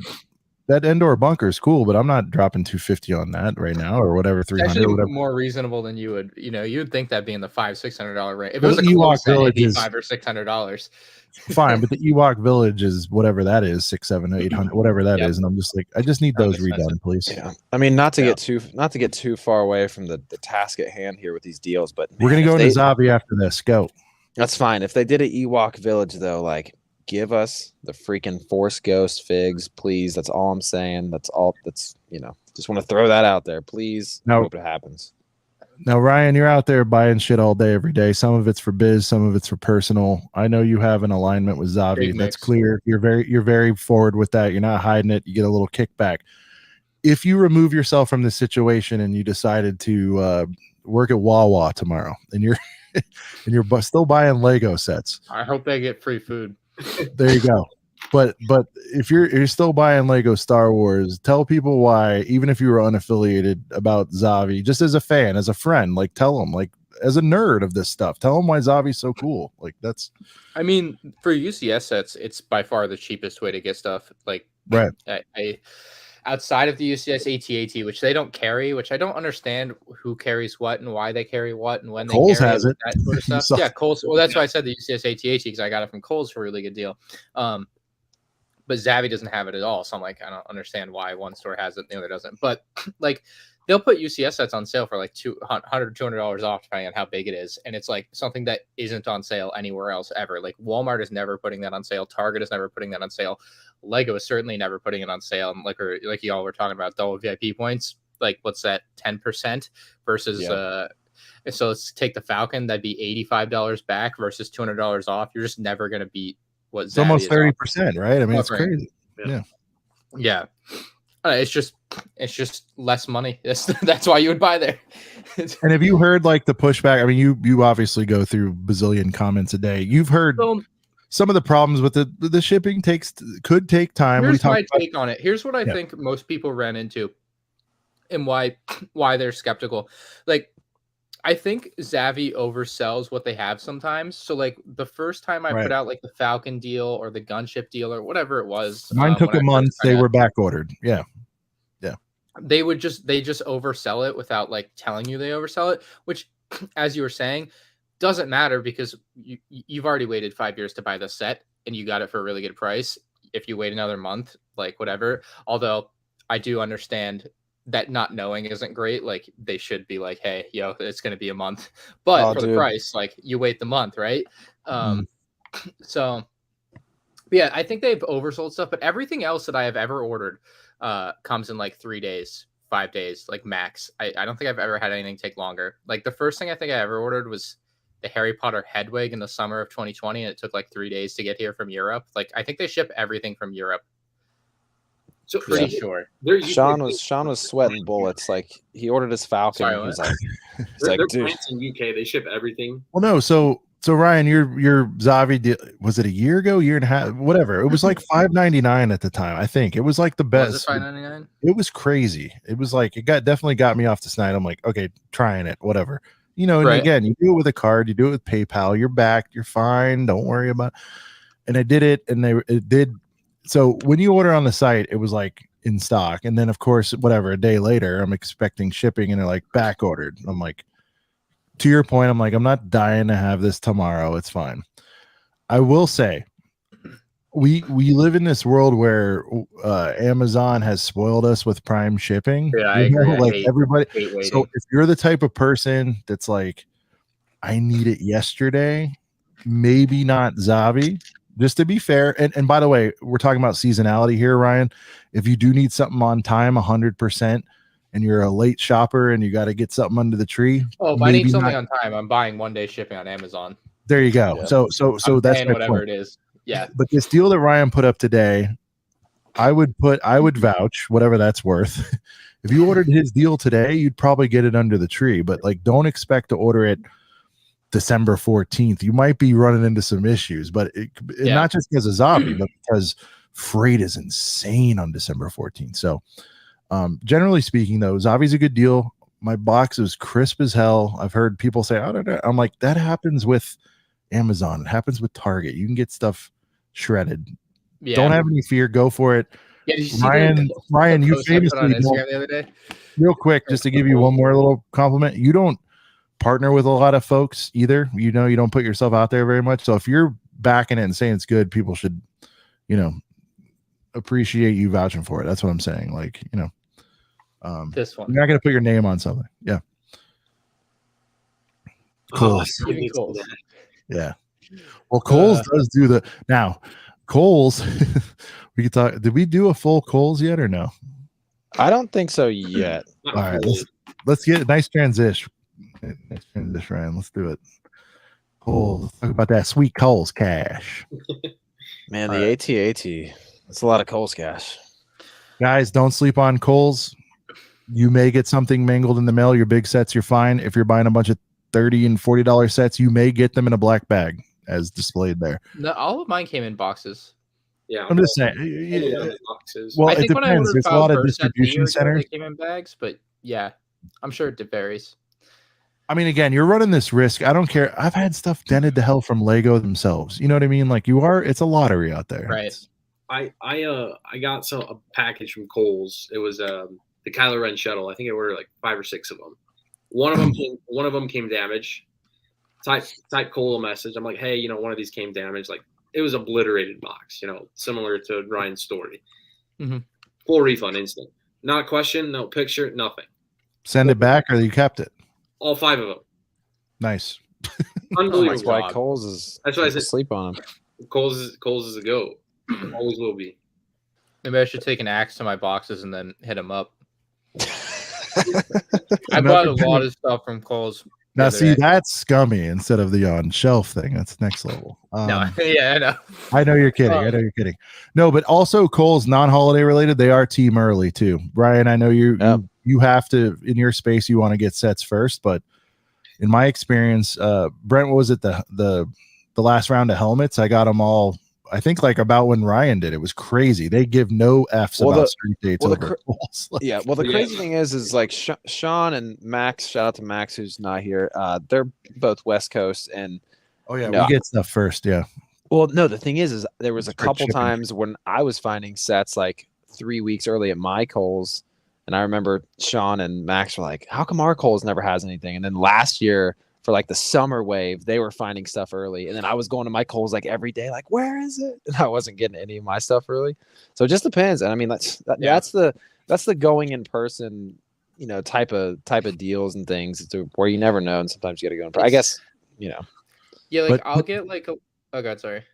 Well, I was just gonna say, in a nutshell, Kohl's, they run during this time of year, including today and Black Friday. I haven't seen it any sweeter than this. They do 15% off of $50. So do your math that way. Yeah. And they have or 50. I'm sorry, $15 cash back on $50, and there's rewards to your point, Ryan. So do the math. 50 times 4, now multiply your 15 off, and that's what you get off. So you are getting 17 and a half or 27 and a $17.50 per 50. There you go. It's just insane. Like I just grabbed the shuttle. I hadn't grabbed it yet. The big boy 18 plus shuttle. Right. Yeah. Yeah. Blended. Yeah. Now keep in mind that's not true cash back. To be clear, that is Kohl's cash. You have to buy something else. So it's not maybe the sweetest deal of like a Walmart clearance when you roll up on something and you get it for 50% off that day, real cash. Right. Yeah. But if there's other stuff in the catalog you want and you do have a restriction, you do have to spend it within a certain amount of time. That's the only bad thing about it. It's like you have to spend it within a couple weeks. Yeah. And they do that so they can hedge it. And I hear the redemption rate is in and around 50%. So again, if you're wondering how they can do that, unfortunately, 50% of the people who saved almost whatever it was, $200 off the AT are not going to use it. So really, I would wager that the people that do get the $200 on the AT use it at a much higher clip. It's the people that get their $5 or $10. Yeah, I've forgotten about it from time to time. That's where they. No, that's why I said it was blended. Yeah, I was saying as a blended average. I'm hearing as a blended average, that's what they get. But yeah, no, if some hardcore Lego nerd spends that much, they've already picked out the $200 that they're going to buy with the sale. Yeah, right. I bought so much stuff that I had almost $1,000 of Kohl's cash, and then I got like 33 File First Battle Packs for free, like the next day when I could use the Kohl's cash. Because they had 30% off sets plus the 35% Kohl's cash. Kohl's cash with Kohl's rewards, right? It was like blended, right? That's total 35%. And then I got my 2% with my Apple card. So it's just a stupid good deal to buy a bunch of AATs, Mandalorian Starfighters. And then I was like, I like slept on it. And then the next day I woke up and I was like, yeah, UCS AT. I'll take one.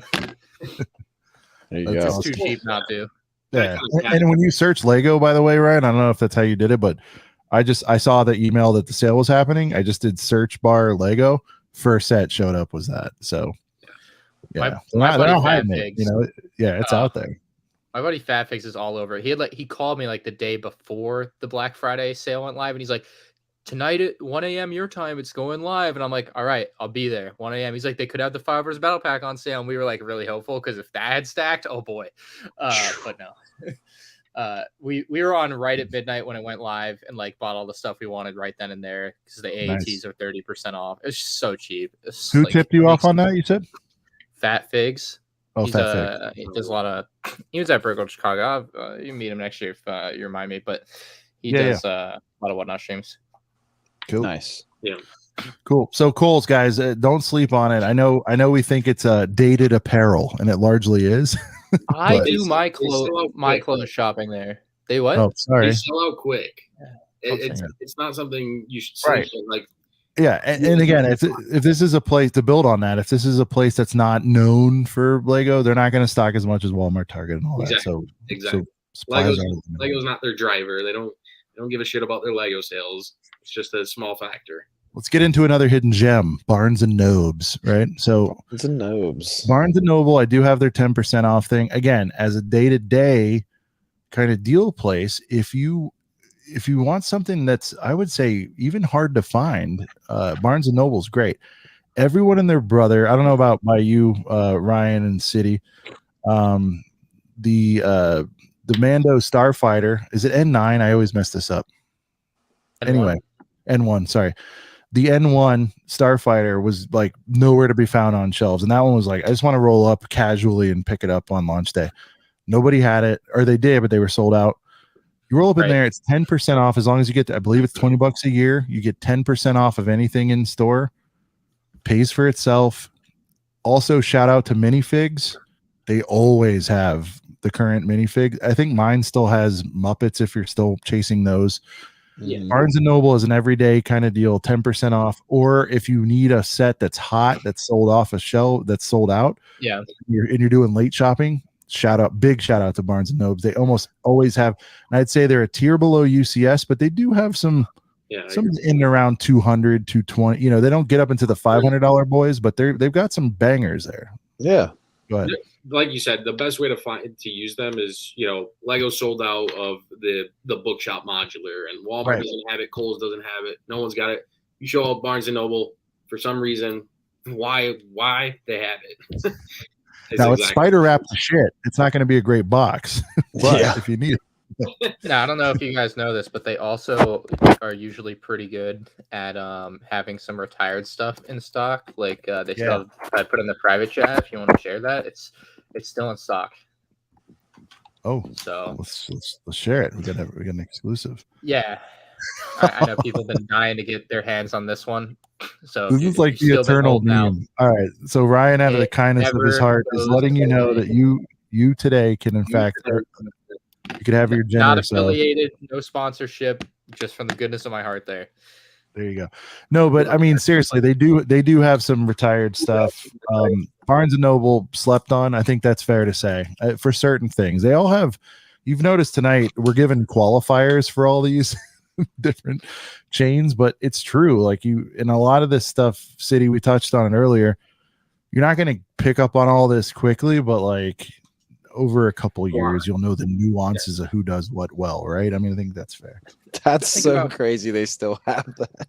I know, it's just sitting there in stock. I literally once a month, someone tags me on Instagram and says, "Look what I found," and they find these in stores still. It's wild. But by the way, Ryan, when I ordered my classic Bob, I was really disappointed that there wasn't a Jen Urso head in there. Just so you know. Oh, you didn't go on? I have a few still in the garage. I got those from JB Brick Fanatic. He just bought them and sent them to me one day. Just the heads? Yeah, just because he thought it was funny. Is that like a gift for purchase? Funny. Yeah. No, well, it's like a random. It's like a random thing I throw in people that I know's boxes sometimes, where I'm like, this would be funny. Here's a head. I know. I've seen a few people post on people wearing figs on a chain. What do you think about that? So that popped up this year. It's interesting. Oh, look, he's bending over to get it. Just so you know, he and Max put your figs on a chain. Me and Max were flexing the classic. Came out. By the way, which I love the back because it's a perfect spot for a little. It's a perfect spot for a little signature next year. I know. I didn't know what else to put there, so I just left it blank. Signature spot, dude. You're sick, dude. Perfect. I'm trying to do a. I have all the clones here somewhere. I'm trying to do a phase 1 Cap and Rex. With Ryan, that's another promo idea for you. Just saying. If you don't want to throw a head in there, you can say randomly autographed. You got that nice spot on the back. Just saying. Yeah. That's true too. But like the first 100 that you sell are signed or whatever. Yeah, whatever. Yeah. Sorry, I'm a promo guy. I live for this shit. Yeah, right. Don't VIP points. That's my day job. I'm a marketer. Wait for the double VIP though. All right, so Barnes and Nobles. Any closing thoughts on that, Ryan? Did we cover it all? Right. If you need like a 18 plus set, if you need let me give you a good example. If you need the only reason I'm ever going to the Barnes and Nobles, I'm bored. If you need, go ahead. I'm bored. It's like it just like I'm out of town and I come across one and I have nothing to do. And it's like, oh, let's go in Barnes & Noble and see if they have a set that's been retired for a year. Because, like, they'll have them just kind of hidden on the shelves sometimes. Yeah. But I don't see a reason to buy any like main regular set during its lifetime there. Do you have Like, the membership? It's 10% off retail. You can get it for 20% at Target or Walmart. But the stuff I'm saying for the stuff that they don't carry. So for example, I got I think God, my last big one from there was like the Mario mystery block. I don't think that one was 20% off anywhere else, you know? So again, you got to kind of have a feel for it. Like, I don't think Target even has that one online. So I was like, all right, I'm doing well with that, whatever. Right. So 10% off. And plus, you know, they got a Starbies in there if you need one, you know? And so they have these. All right. Let's Let's get on to what many would call the main event, Amazon. I think Big Lots is the main event. Well, Big Lots, you know, is got a presence, you know. But Amazon, for those of you that missed it, we kind of touched on it earlier, but guys, the main message, the main takeaway we want you to have here is don't necessarily wait for what we in the biz call Turkey 5, which is the day before Thanksgiving, that whole weekend through Cyber Monday. Stuff is popping up now. Ryan, I got this for 90. It's not like the greatest deal on earth, but I've always had my eye on it. $40 off. I mean, it's 130 retail. Wow. Yeah. So I got it for 90 because I was like, I'm gonna put it on the shelf, you know, somewhere. Like this is the type of thing my wife would allow in the living room. It's what I like to call a living room display piece. Like on top of my fireplace, I have like the ship in a bottle and things like that. So anyways, there's stuff there's stuff like that out there, and that's the main message, right? Like, and City said it earlier. Guys, Black Friday is a marketing ploy. It's not even necessarily the deepest discounts. I think the activity before and just after is where it's at on Amazon.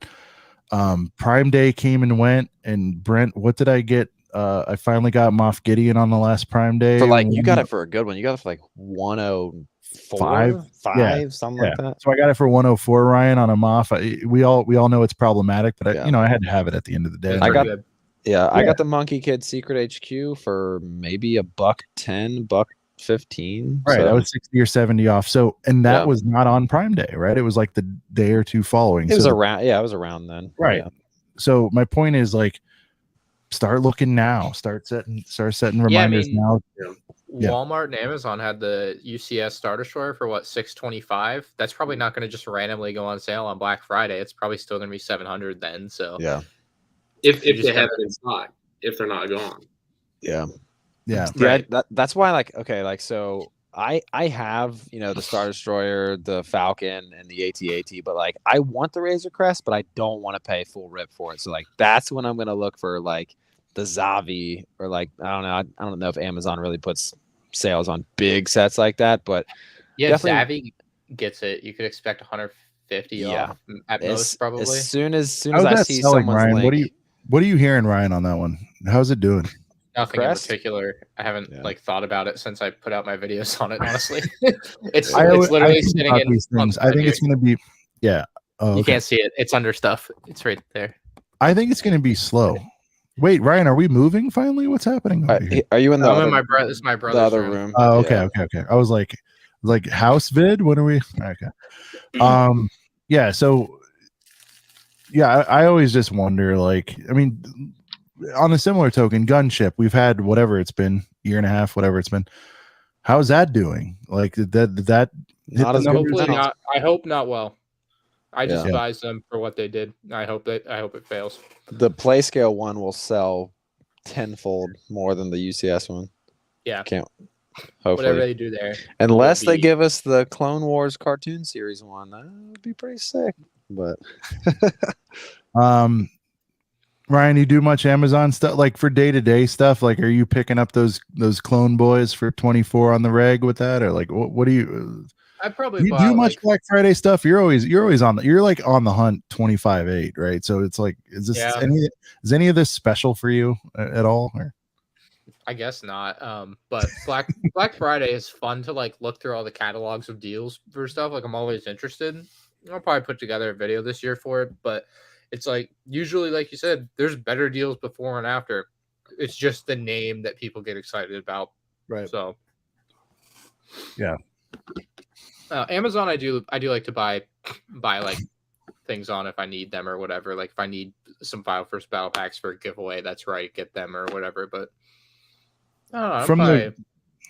From the reseller perspective, City, on the for the FBA folks, the folks that are independent resellers and not Amazon Direct, I did notice they just ran a fall Prime Day. I think it was the first or second time they've ever done it. Yep. I did notice quite the presence. So when you just search Lego, a lot of hits came up for resellers. So shout out to them for getting ranked like that. What are you seeing on there? What platforms when you're doing your stuff? Are you an Amazon guy, eBay guy, a marketplace guy? Where are you at on this? I've steered away from reselling.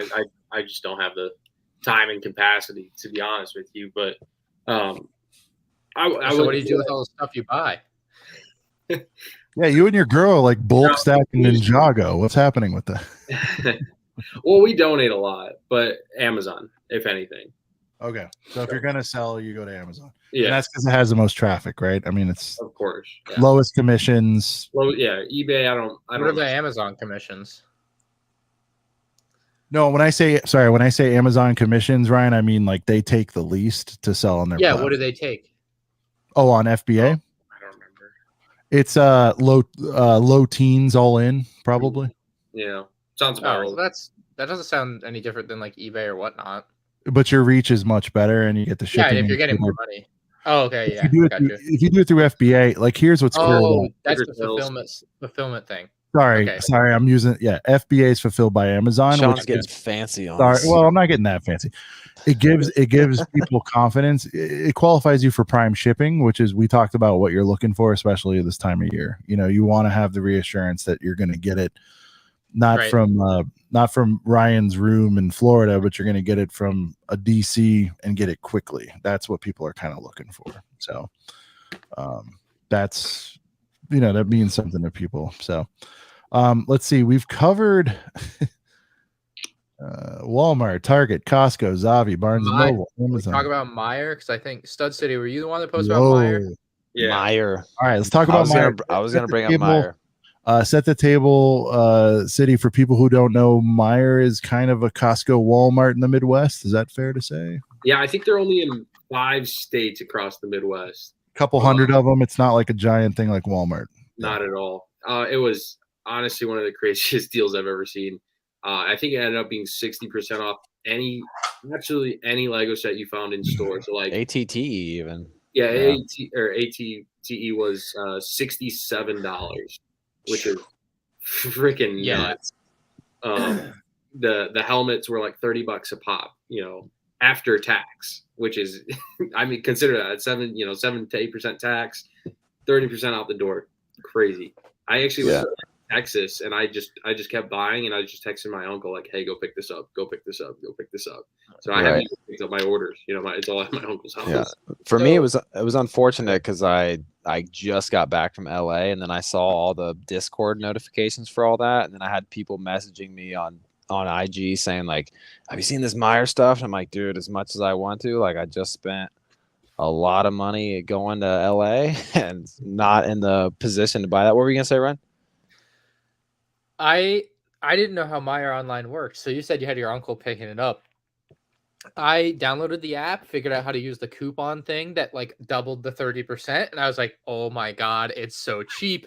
And so I like called up my buddy Rod, and I was like, because I knew he lived near Meijer, and I'm like, bro, this deal is insane. You got to get on this. It's so cheap. And I'm going through the process, and I added like $10,000 of stuff to my cart to like have shipped because it's like $5,000. I'm like, this is ton of File First Battle Packs and like some Mandalorian Starfighters. Like I was gonna order as many as I could, and then I found out, if you order from Meijer Online, they will only deliver to the states that they are that they're in. Like you have to live in one of the 5 states, and so I found that out, and I'm like, oh shit. This is not good. Can't order anything now. And Rod's like, I mean, you could order it to my house. And I'm like, I could do that. And I got Sans on like another line. He's like, you could order it to my parents' house too. And I'm like, oh fuck, I guess. And so I go through that process of thinking about how that would work and how have to go get it. And I like planned out this whole like road trip. I figured out how many file first, like I literally at midnight went out to my car with a tape measure and figured out how big my trunk was, and then like guesstimated how many file first battle packs taken out of the box I could stuff into my trunk. I was doing stupid, and then it turns out 2 more hours down the line, or another hour down the line or whatever, that when you order online, they literally send someone to the store to pick it up for you from what's on shelf in the store. So I ended up getting like, I don't know, $300 of stuff that would have been $600 otherwise. I'll happily take it, but it was not what I had initially envisioned when I saw the post. I mean, that deal was just ridiculous. I ended up ordering from multiple Myers. I think we hit like 4 or 5 of them, and I just sent them on a goose chase, right? And now the downfall is they won't deliver unless you're in their region. I don't know if you guys covered that. Okay, sorry. Yeah, I see your deals. I'm like, great, and it's like, well, enter your Myers Club rewards card or whatever, and I'm like, all right, I'll get one of those. Like, we only deliver to these 5 states. I'm like, okay, I'm out. But I mean, that just shows their fucking margins, right? I mean, that's come on, that's ridiculous. No, that's not their margins are like 30%. Correct. Yeah. They were losing money on that. That was not supposed to happen, I'm sure. Okay.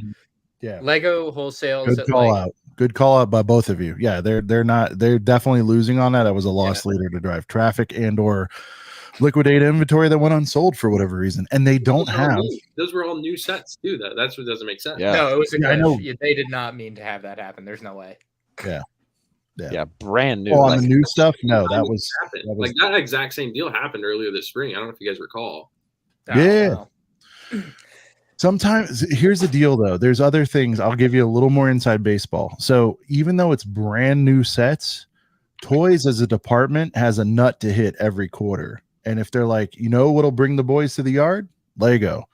So we'll take a loss on Lego to prop up all the other things that have been underperforming. We'll hit our $10 million for the quarter by blowing out this Lego for this 1 week only or whatever it is. Yeah. They'll do stuff like that. And it's like, it's up to them to negotiate the ability to do that with Lego, which is shocking to me because Lego is pretty hardcore on MSRP and all that stuff, like they protect that, so when that happens, just know there's like a lot of other forces at work. Now, it might have been a glitch, it might have been accidental, but a lot of this stuff is very intentional to hit a number for a metric that drives bonuses, stockholders, that kind of stuff. Just know that. So when I see Lego go on sale on Target, I should buy some call options on their stocks. That has to do more with price matching. There, that though, right, Ryan? Like, so if you see 501st for 24. Amazon's got it for 24. See, I think Target and Walmart are kind of independent because they have different prices, but then Amazon matches whatever the lowest is of them. So and then they both match Amazon. You're right. So they don't track each other, but they both match Amazon. And I'm telling you, as someone who does this all day, every day, it's the craziest shit. Like it's like you play chicken. So there's a buyer that buys the product from you, and you're like, hey, I fixed the problem on Amazon. It's back up to full price. And they're like, okay, well, it'll eventually go back up because it's all automated. There's not some dude click and make it $24. They put these crawlers out and then they do it. And so you, as a vendor, you have to go in and like manually get them to update it. And that's all based on relationship. And I think Lego's, my assessment is Lego's overall cool with a lot of this stuff because at the end of the day, they already made what they made. We were talking about what margins they make. Yeah, Lego's already sold it. Yeah, they are concerned with the image of the product being a clearancey kind of thing because that's never a good look. Yeah. Apple famously not very often on sale, right, in their stores and that kind of stuff. So to a degree, they are cool with this happening. But don't get it twisted. Like this isn't like what they would prefer. Like they would rather be the prestigious, always a full price thing. But when one guy moves and they're selling volume, the sales manager responsible for it's like, yeah, so what? It's 20% off. They're still paying us what we're asking for them, and they're only making 10% instead of 30%. Right. And they don't care because from the volume play, they're making what they would have made making the 30% margin. It's all a wash. I don't know. Sorry if I get nerdy on and stuff, but that's kind of how it works. What else we got? I think that's it. Is there any more hidden gems? We had Meyer. Thanks for the call out on that. Anything else besides Marketplace? Always hit up Marketplace. Listen, people, you got to put presents under the tree. You know, the Marketplace moms are out in full force. Dude, Max is the king. My son went to listen, Ryan. My son, you know, not mine, but I'm just, you know, my son went to college and he left all these. I believe it's the Stars Wars. You know, up in my base, up in my attic, and I gotta clear it out. Like those things happen. You're sleeping on Big Lots. Last year's 50%. All right, hit me with it. Let's go. My Big Lots never has them, but I gotta. Big Lots. I looked at it last year. Tell me what I missed, City. I might have got on late, but I saw like those kind of. I call them the Sam's Club sets. They're like, you know, the $20 and $30 friends sets for half off. Is that kind of? Well, yeah, but they had Star Wars battle packs. So they had like the Mandalorian battle packs. Buy one, get one free. So 50% off. That was a slept on one, I think. And Speed Champs. So you got Speed Champs and battle packs. I mean, that, for me, I think those are the best too. Ryan, have you ever dipped your toe into the Big Lots world, or? No, I don't. Yeah, not really. I've maybe been in the one here once 10 years ago, and that's it. I've been to the Florida ones. They feel largely unsafe. They're never in great. Well, I'm serious. I've lived there for my whole life. They're usually in communities and plazas you don't want to be in. They're not. I'm just saying. The plazas part is pretty accurate. Yeah, you know what I mean. They're not plazas. Plaza. Big Lots is not parking themselves at the Florida Mall, for example. They're going to be in. No. They're going to be in Dave's Plaza. You know, like over in Daytona Beach or something. You know, like whatever. Dave's Plaza. Well, I don't know. I'm just Dave's Plaza, where like half the stores are like just run down. Get the pawn shop on right next door. Yeah, exactly. 10%. Yeah, you sell the gold chain and you leave with 35 Mando battle packs. What are you gonna do? Of course. Before we, so I think we're good on the deals and steals. City, anything to add? I feel like it's fairly comprehensive. I think we touched on a lot of. We hit everything. I think this is a good episode. But like people should probably replay this. There was a lot of coverage and the whole board was hit. So any questions? I'm gonna replay it. I always do, but I'm trying to miss some stuff along the way. Before we roll, any weekly pickups, guys? Brent, anything? I'm waiting for all these deals to pop up, man. And like I said, like I mentioned earlier, you know, going to LA, you know, isn't cheap. So I was kind of recovering from that. You know, with the new house, you know, living in the new house, and you know, we got the slightly more expensive mortgage than when we were renting. So, you know, just kind of getting caught up on life. But I'm definitely going to be prepared for, you know, the post Black Friday deals and stuff like that. So just kind of waiting. Last week, I know we didn't really talk about Sam's Club. I know Sean mentioned they really only have like the $20 friend sets. Got better, yeah. My Sam's Club is carrying like $50 sets. Like I got this for like $38, $39. So that was okay for me. They have like the butthole tiger for $40, you know, things like that. They're picking it up a little bit, but it's like I'm still salty. I don't have a Costco where I live, but you know, I do need Sam's Club because I need diapers for a good price. So it's, you know, I'm glad they at least has something. Those aren't cheap. Yeah. Oh, dude. And then, so yeah, I'm at least thankful that my you know, small shout out to Sam's Club. Thank you for at least having a couple sets worthwhile. Because when I first got my membership and I went in there and I was like, I hope they have Lego, and I go in there and it's like $20 friend set, $20 city set. I'm like, oh, geez, this is all I got. Then a week later, they had that set, so I was hyped on that. That was my last. I actually let my membership expire at Sam's exclusively for the lack of Lego deals. Dude, that's what I'm saying. They don't. I used to be a dual card holder. You know, I live in like a suburbia USA in LA, and I'm like, well, you know, there's benefits to both, and I'm like, nah, but I'm never gonna roll up there and get like day one team early. They are a little team early on some stuff. I got that Obi-Wan set, I think the same day Ryan reviewed it for $40. You know what I mean? Like if you gotta have it fast, like that's a good spot for Costco. Yeah. Sam's, I roll up there, and like I said, they got like a not even like a low tier city set for $4 off, and I'm supposed to get excited about it. You know, it's like nah, I'm good on that. Ryan, we saw your video. Congrats on scoring the first ever Star Wars. That was an emotional video. I was there. I was watching it. The bidding was very exciting, captivating YouTubing. And anything else new coming in for you? Or Nothing. I don't know. There's always new stuff coming in. I've had this one sit. Give me an around for a exclusive. while. Give us something. Give us something to nibble on. Ooh, That's a good nibbler. Ooh. yeah.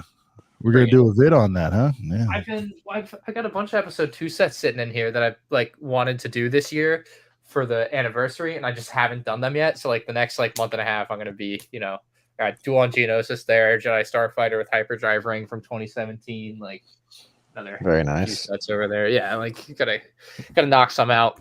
But yeah, that one I'm pretty happy to have around. But I'm gonna open it and get the case.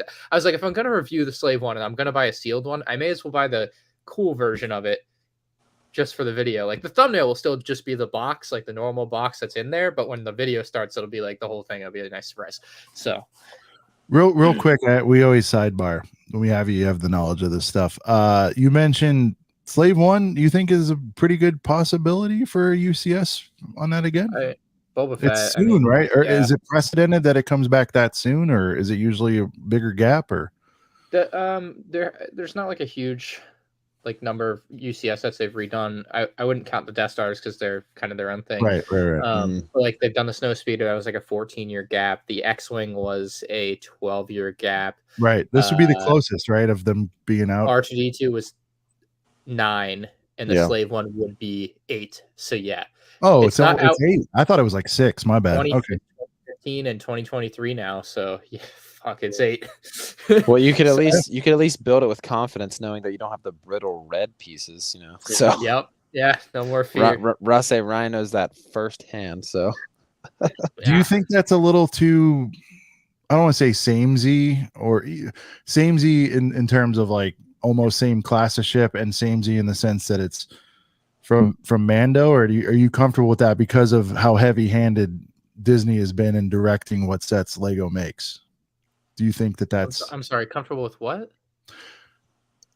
What am I saying? So I'm saying like Disney has really directed. It's more obvious now than ever in terms of like what sets Lego is making. I think they always have, right? But they're always pushing their own IPs. What's that? Hold on. I'm confused what you're saying. Disney makes Lego make what now? I'm saying Disney largely directs what sets Lego makes. For Lego Star Wars. Yeah. Especially to align with their IPs. I disagree. I think it's completely within Lego's whatever they want to do. They obviously have to get it approved, but I look across the pond at Hasbro every time someone says this, and I'm like, Hasbro is doing anything under the sun. They're doing things that aren't canon. They're doing comic book figures. They're doing 2003 Clone Wars action figures. They do holiday lineups of figures. I don't have a ton in my room here right now, so wait. So this is breaking news. You don't think that Disney is I don't think Disney what is the sets bad they guy, make no. to a large degree?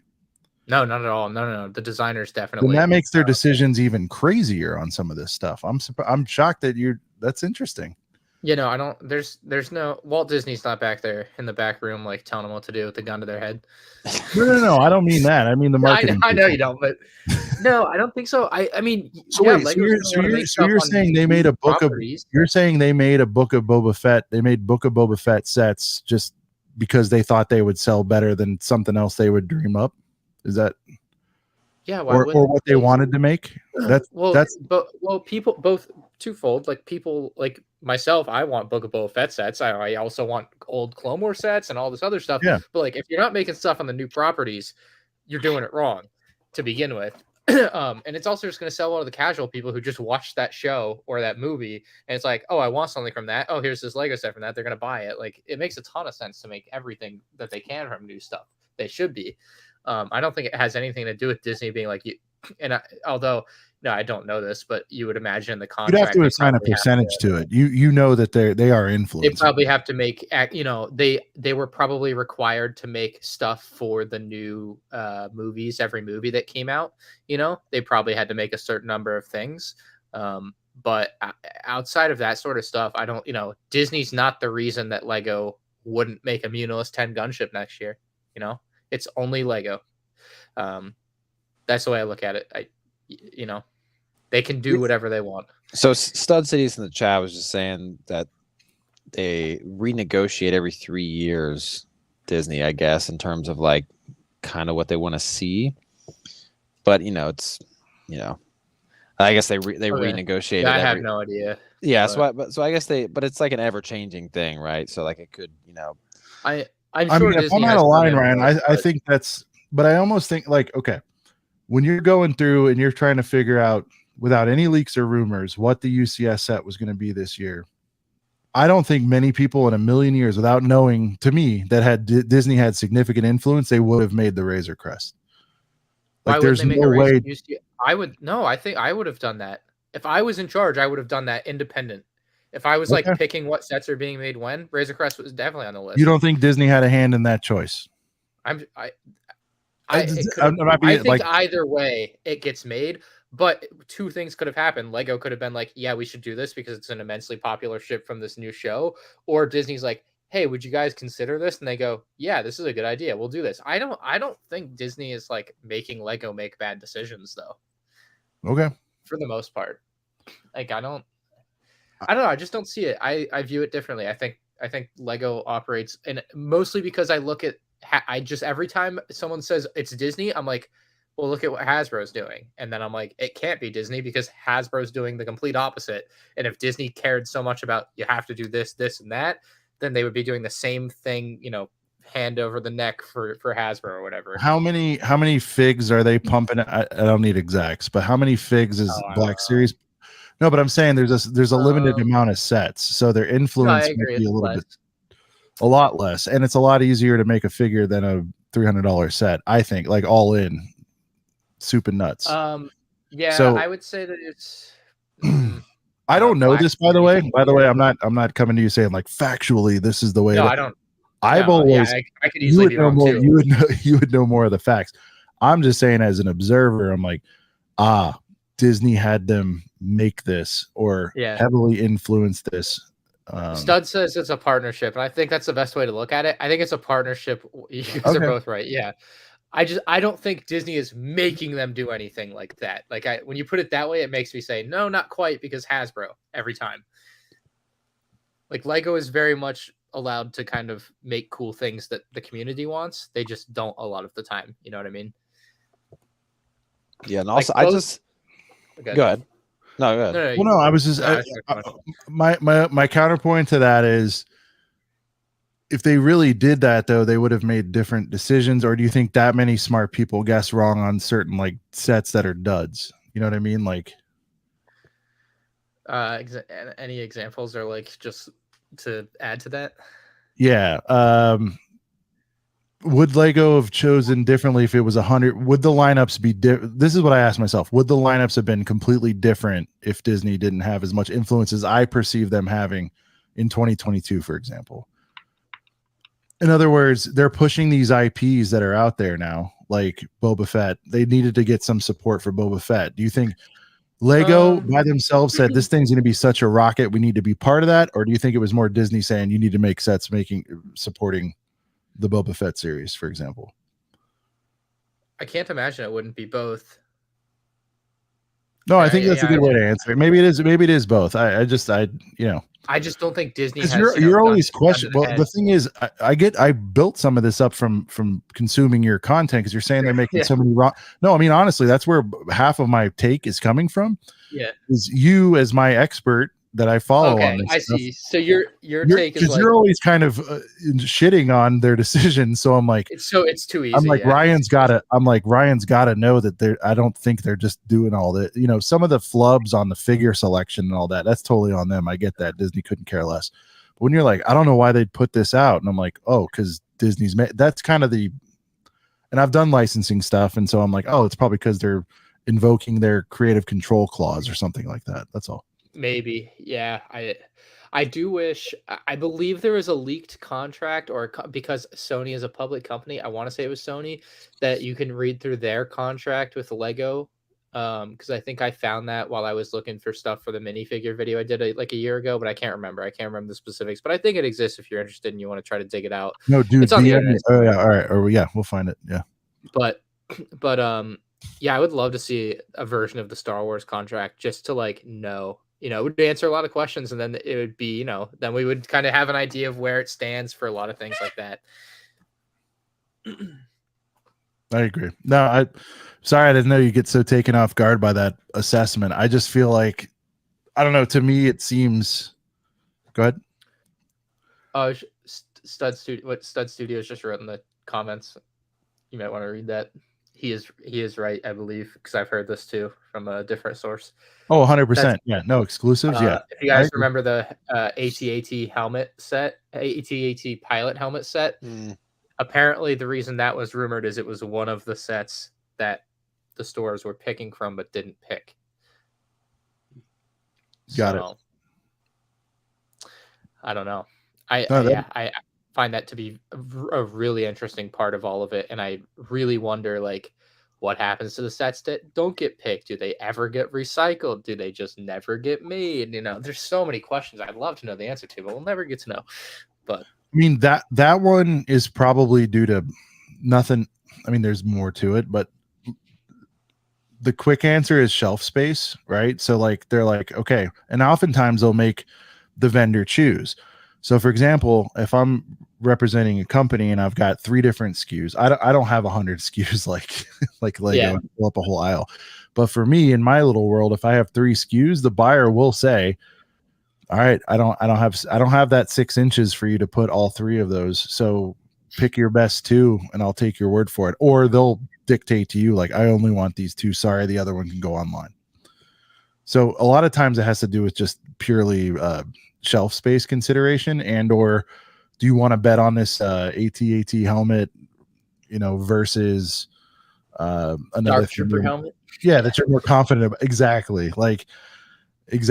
That's exactly it. And when they can get an exclusive, a lot of times the retailer will ask for that rather than not rather, it works both ways. Either the vendor can bring an exclusive because they know that turns them on, them being the retailer, or the retailer will say, what do you got? What do you got? That's just for us. What do you got back there? So, for example, Dark like Trooper that looks like a human dog, let's take it. Well, it's like if a retailer could pick, like, set, but like next year they're doing Cody, Rex, and then I guess Endor, Leia. Return of the Jedi. It's got to be. Well, since we're nerding out, what do you think will be? All right, so say all helmets that are out now retire. Number 1 is TIE Fighter. We already know that. What's number 2 the day all of them retire? Boba in value. Sorry, I mean in value. Would it be Boba? I'm torn between that and Dark Trooper purely because it's more exclusive. That's what do you think, Ryan? I'm having a hard time on this one. I really like Luke Skywalker, and I think a lot of people underappreciate the set. And I think if it retired today, people would be like, "Oh shit, I kind of like that. Now I want it. Now that it's $100 on eBay, which would drive the price up more."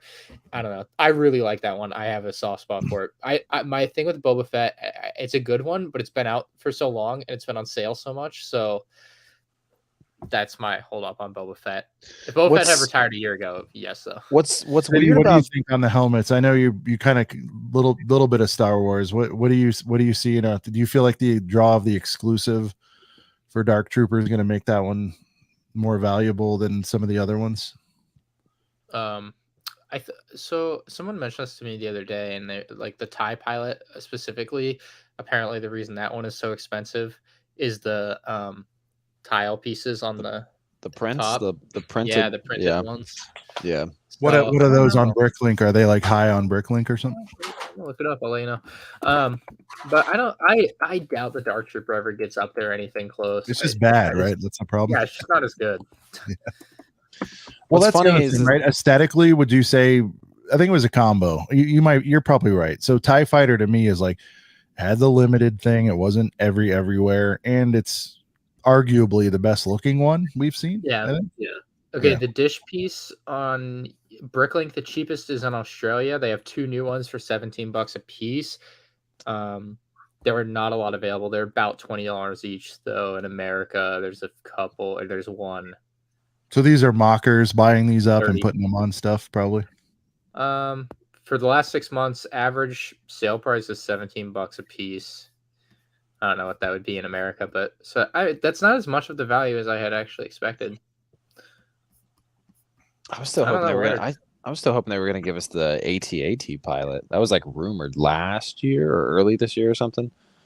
Yeah, I think they tried to go out with that. My opinion is they tried to go out with that to follow up on the ATT, yeah. or the ATAT, yeah, the UCS, Yeah. and then the it would have made it. It would have the battle been pack. a You know what I mean? It's like they great do fit, like to yeah. do these things in waves, and they're like, okay, well, you've got those two. Now get this to complete the collection and put it on your display, kind of thing. It was synergy, is what I think. They know we're all completionists out here. Yeah, exactly. City, any we deviated quite a bit, but it was a spirited discussion, Ryan. I enjoyed it on the like who's responsible for these decisions. City, any weekly pickups, like personal stuff besides like the bulk stuff? Personal stuff. I picked this up. This just actually came today. I just bought it off eBay. Ooh. Yeah, $300, about $1 apart for a train locomotive. Jeez. Does it have the front part like the red and gray train? This is just the blue. $300 for that? Yikes. Yeah. How much is the full set, or is that the full set?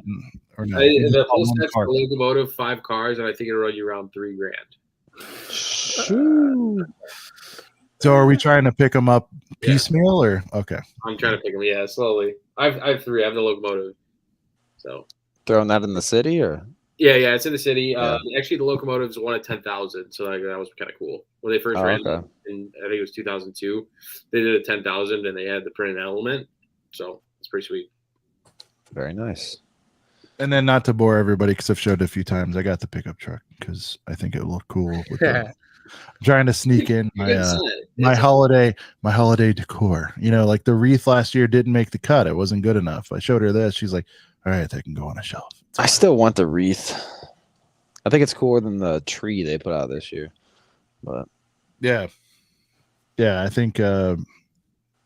Yeah, most of the stuff is kind of small. I guess we do. I guess a couple of the Brickheads make it. The Santa and Mrs. Claus makes it. Winter Village. Ryan, you do any of the Christmas stuff, or you just kind of you're good on that? Trying to do like a Christmas whatnot stream, just because I have to. How's that going, by the way? There was a lot of dough poured into whatnot. Are they still supporting you and pumping it? How's it going? Like I mean, it was out there. They were going heavy. How is it 3 months later? Yeah, I'm still enjoying it. I don't really keep track of how much money I make on the streams, like profit wise. So I honestly don't know, but I know I'm probably turning a decent profit every stream. So I've been happy with that. Not that like generally I think my time is like just better used to like make YouTube videos, but it's like for the sponsorship deal, like I would like to do it anyway. It just takes. Are you having fun though? Are you having fun on the streams? It's fun. It's different. You know, it's something different than what I've done for 10 years. So like, it's nice. You don't have to edit. That's nice. No editing, just shipping. I just have the shipping printer thing right there.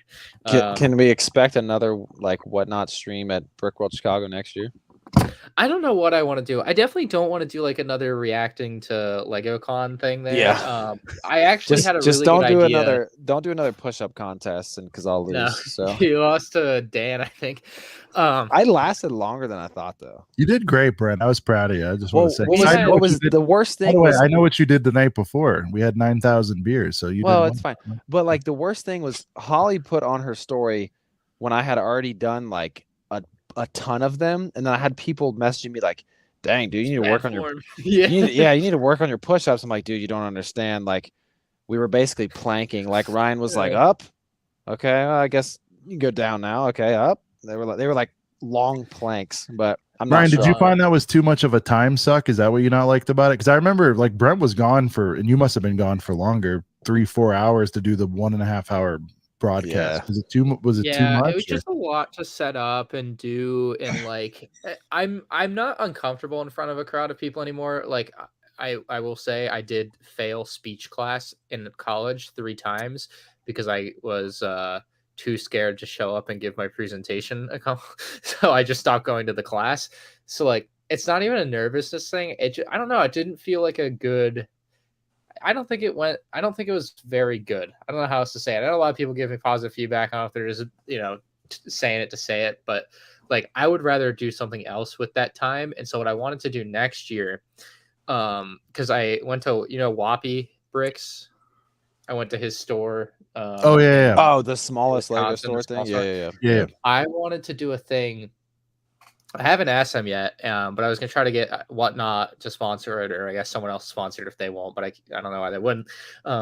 I wanted to open the world's smallest Lego store at Brickworld Chicago, and I Nice. don't know how I'm gonna do it, or like it's either gonna be a shed or a porta potty. And I thought it would be really funny if like it only sold one set, and since it's the world's smallest Lego store, but it sells like it sells like the biggest. Generso actually would be really funny, and I might do that now that you say that. You need to have at least one on the It's like shelf. the Eiffel Tower, and it's like so cramped that the Eiffel Tower's in there, and I have to like stand on it. Or I don't know. I really want to do that. I don't know how to like work that through to a video or at all, but I thought it would be a really funny idea, and I could have people meet me there. That's awesome. Yeah, The building challenge video is edited. Any way I can help you from the retail perspective to get shelving and make it like really look and feel like. I brought in a retail expert.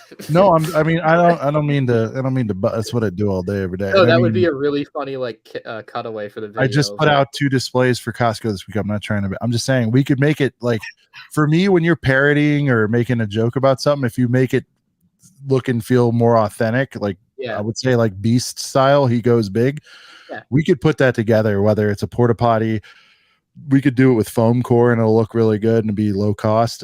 Seriously, man, I'd partner with you on that, and I'm going. Like, I'd love to help you with that. It'd be funny. Right, I will, so let me know. We're a ways out. We can figure something out. Ask Brickworld if I can do it first. But yeah. Let me ask you this: you're tied in with them. I think one thing that's missing there, and I'm raising my hand right here and now with our mighty 450 or so odd subscribers.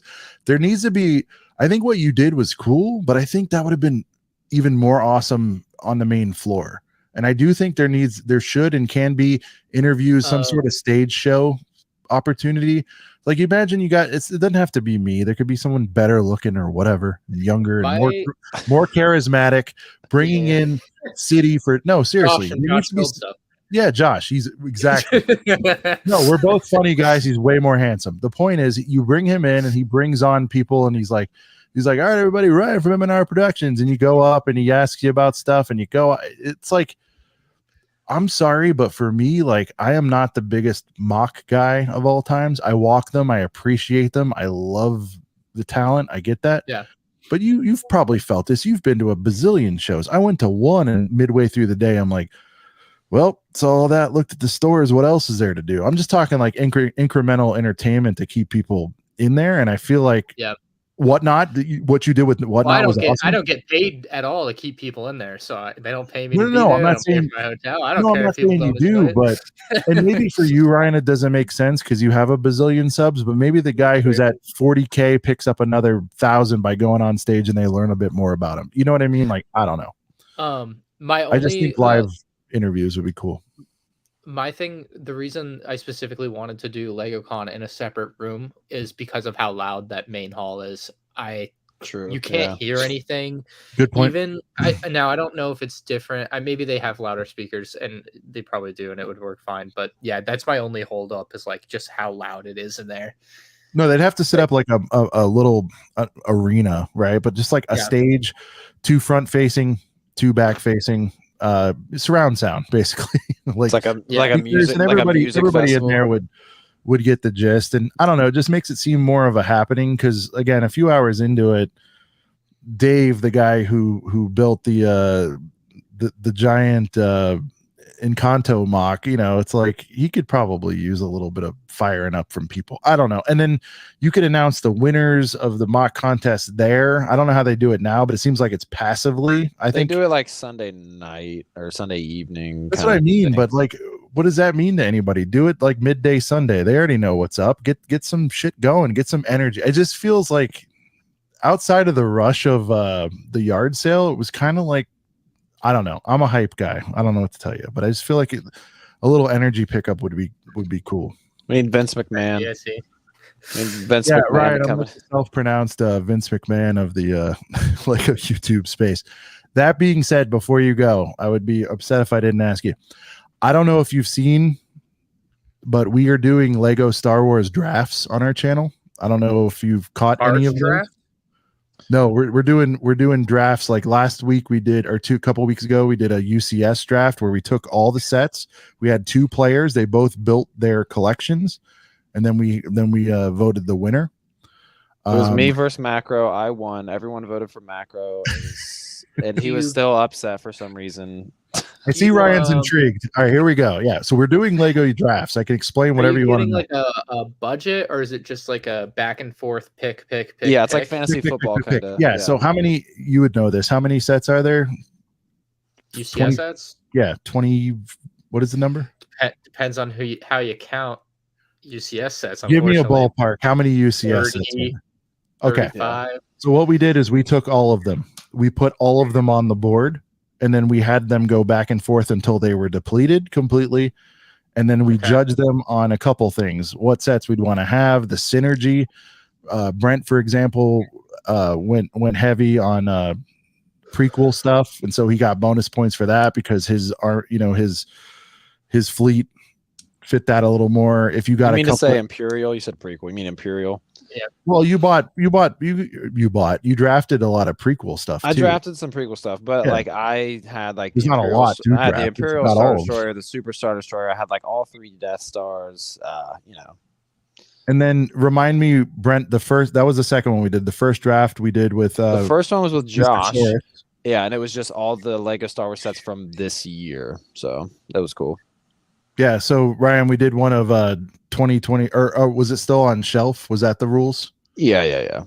So Ryan, we can set up whatever parameters you want, but basically we said like, all right, every Star Wars set that's not retired, you guys do 10 rounds, you build your armies, then we kind of vote who wins. And I got to be honest with you, when I built this, it's cool to see us playing, but I was like, it'd be cool if you had like an opponent, like you really put your skills to the test, like Ryan versus X, 1-on-1 Lego Star Wars draft. Let's hype the hell out of it. I would be interested.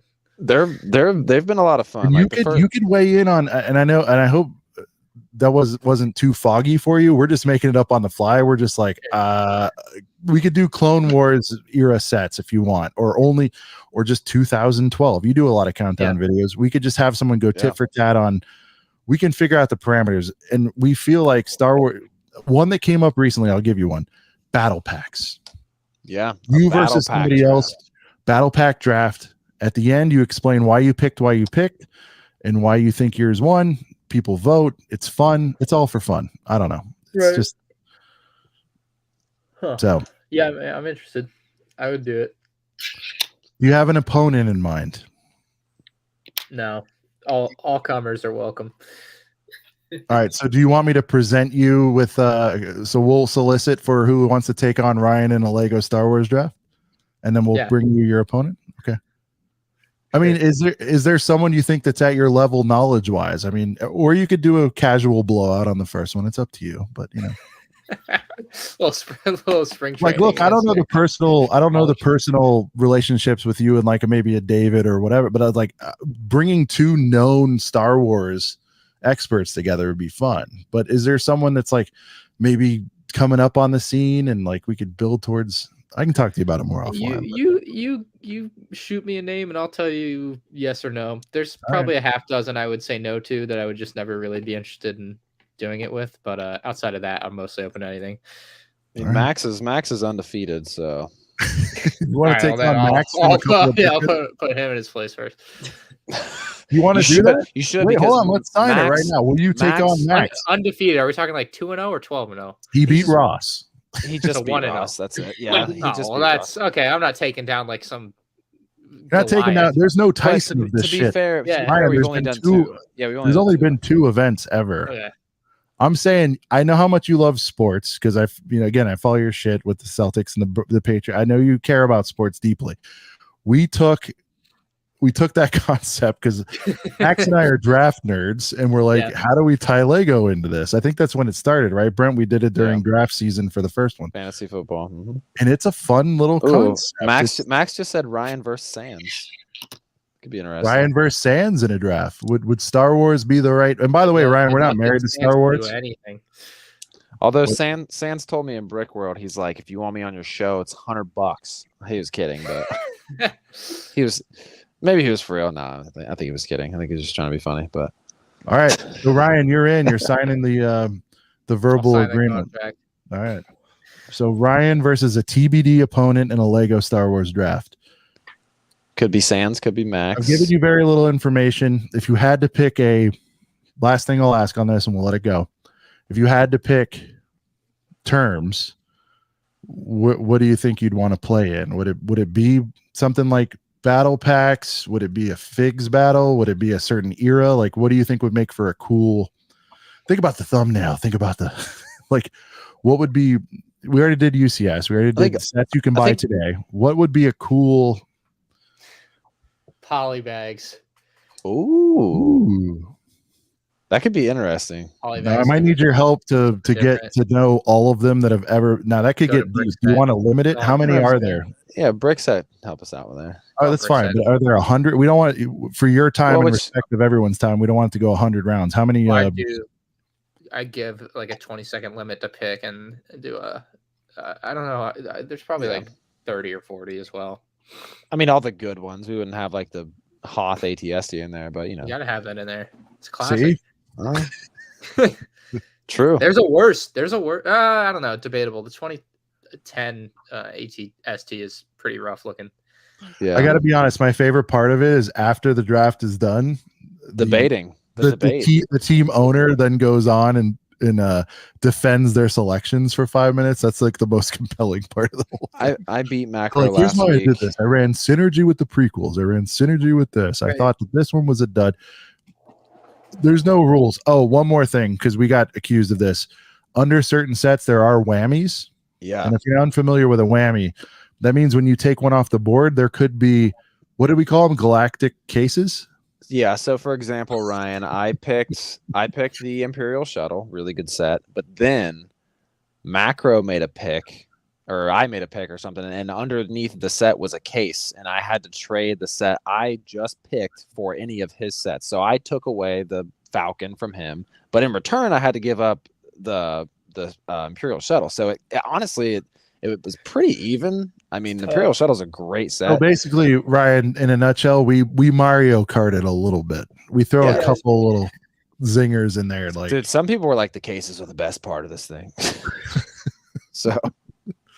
Anyways, if you're bored out of your skull, watch one of them, and then whatever, we'll figure it out. But maybe you go into it without knowing anything, and it'll make it more fun. I don't know. Right. But all right, so polybags, is that we can talk about it? But if that's what you want, we can find options for a polybag battle. There's plenty of different categories you can do.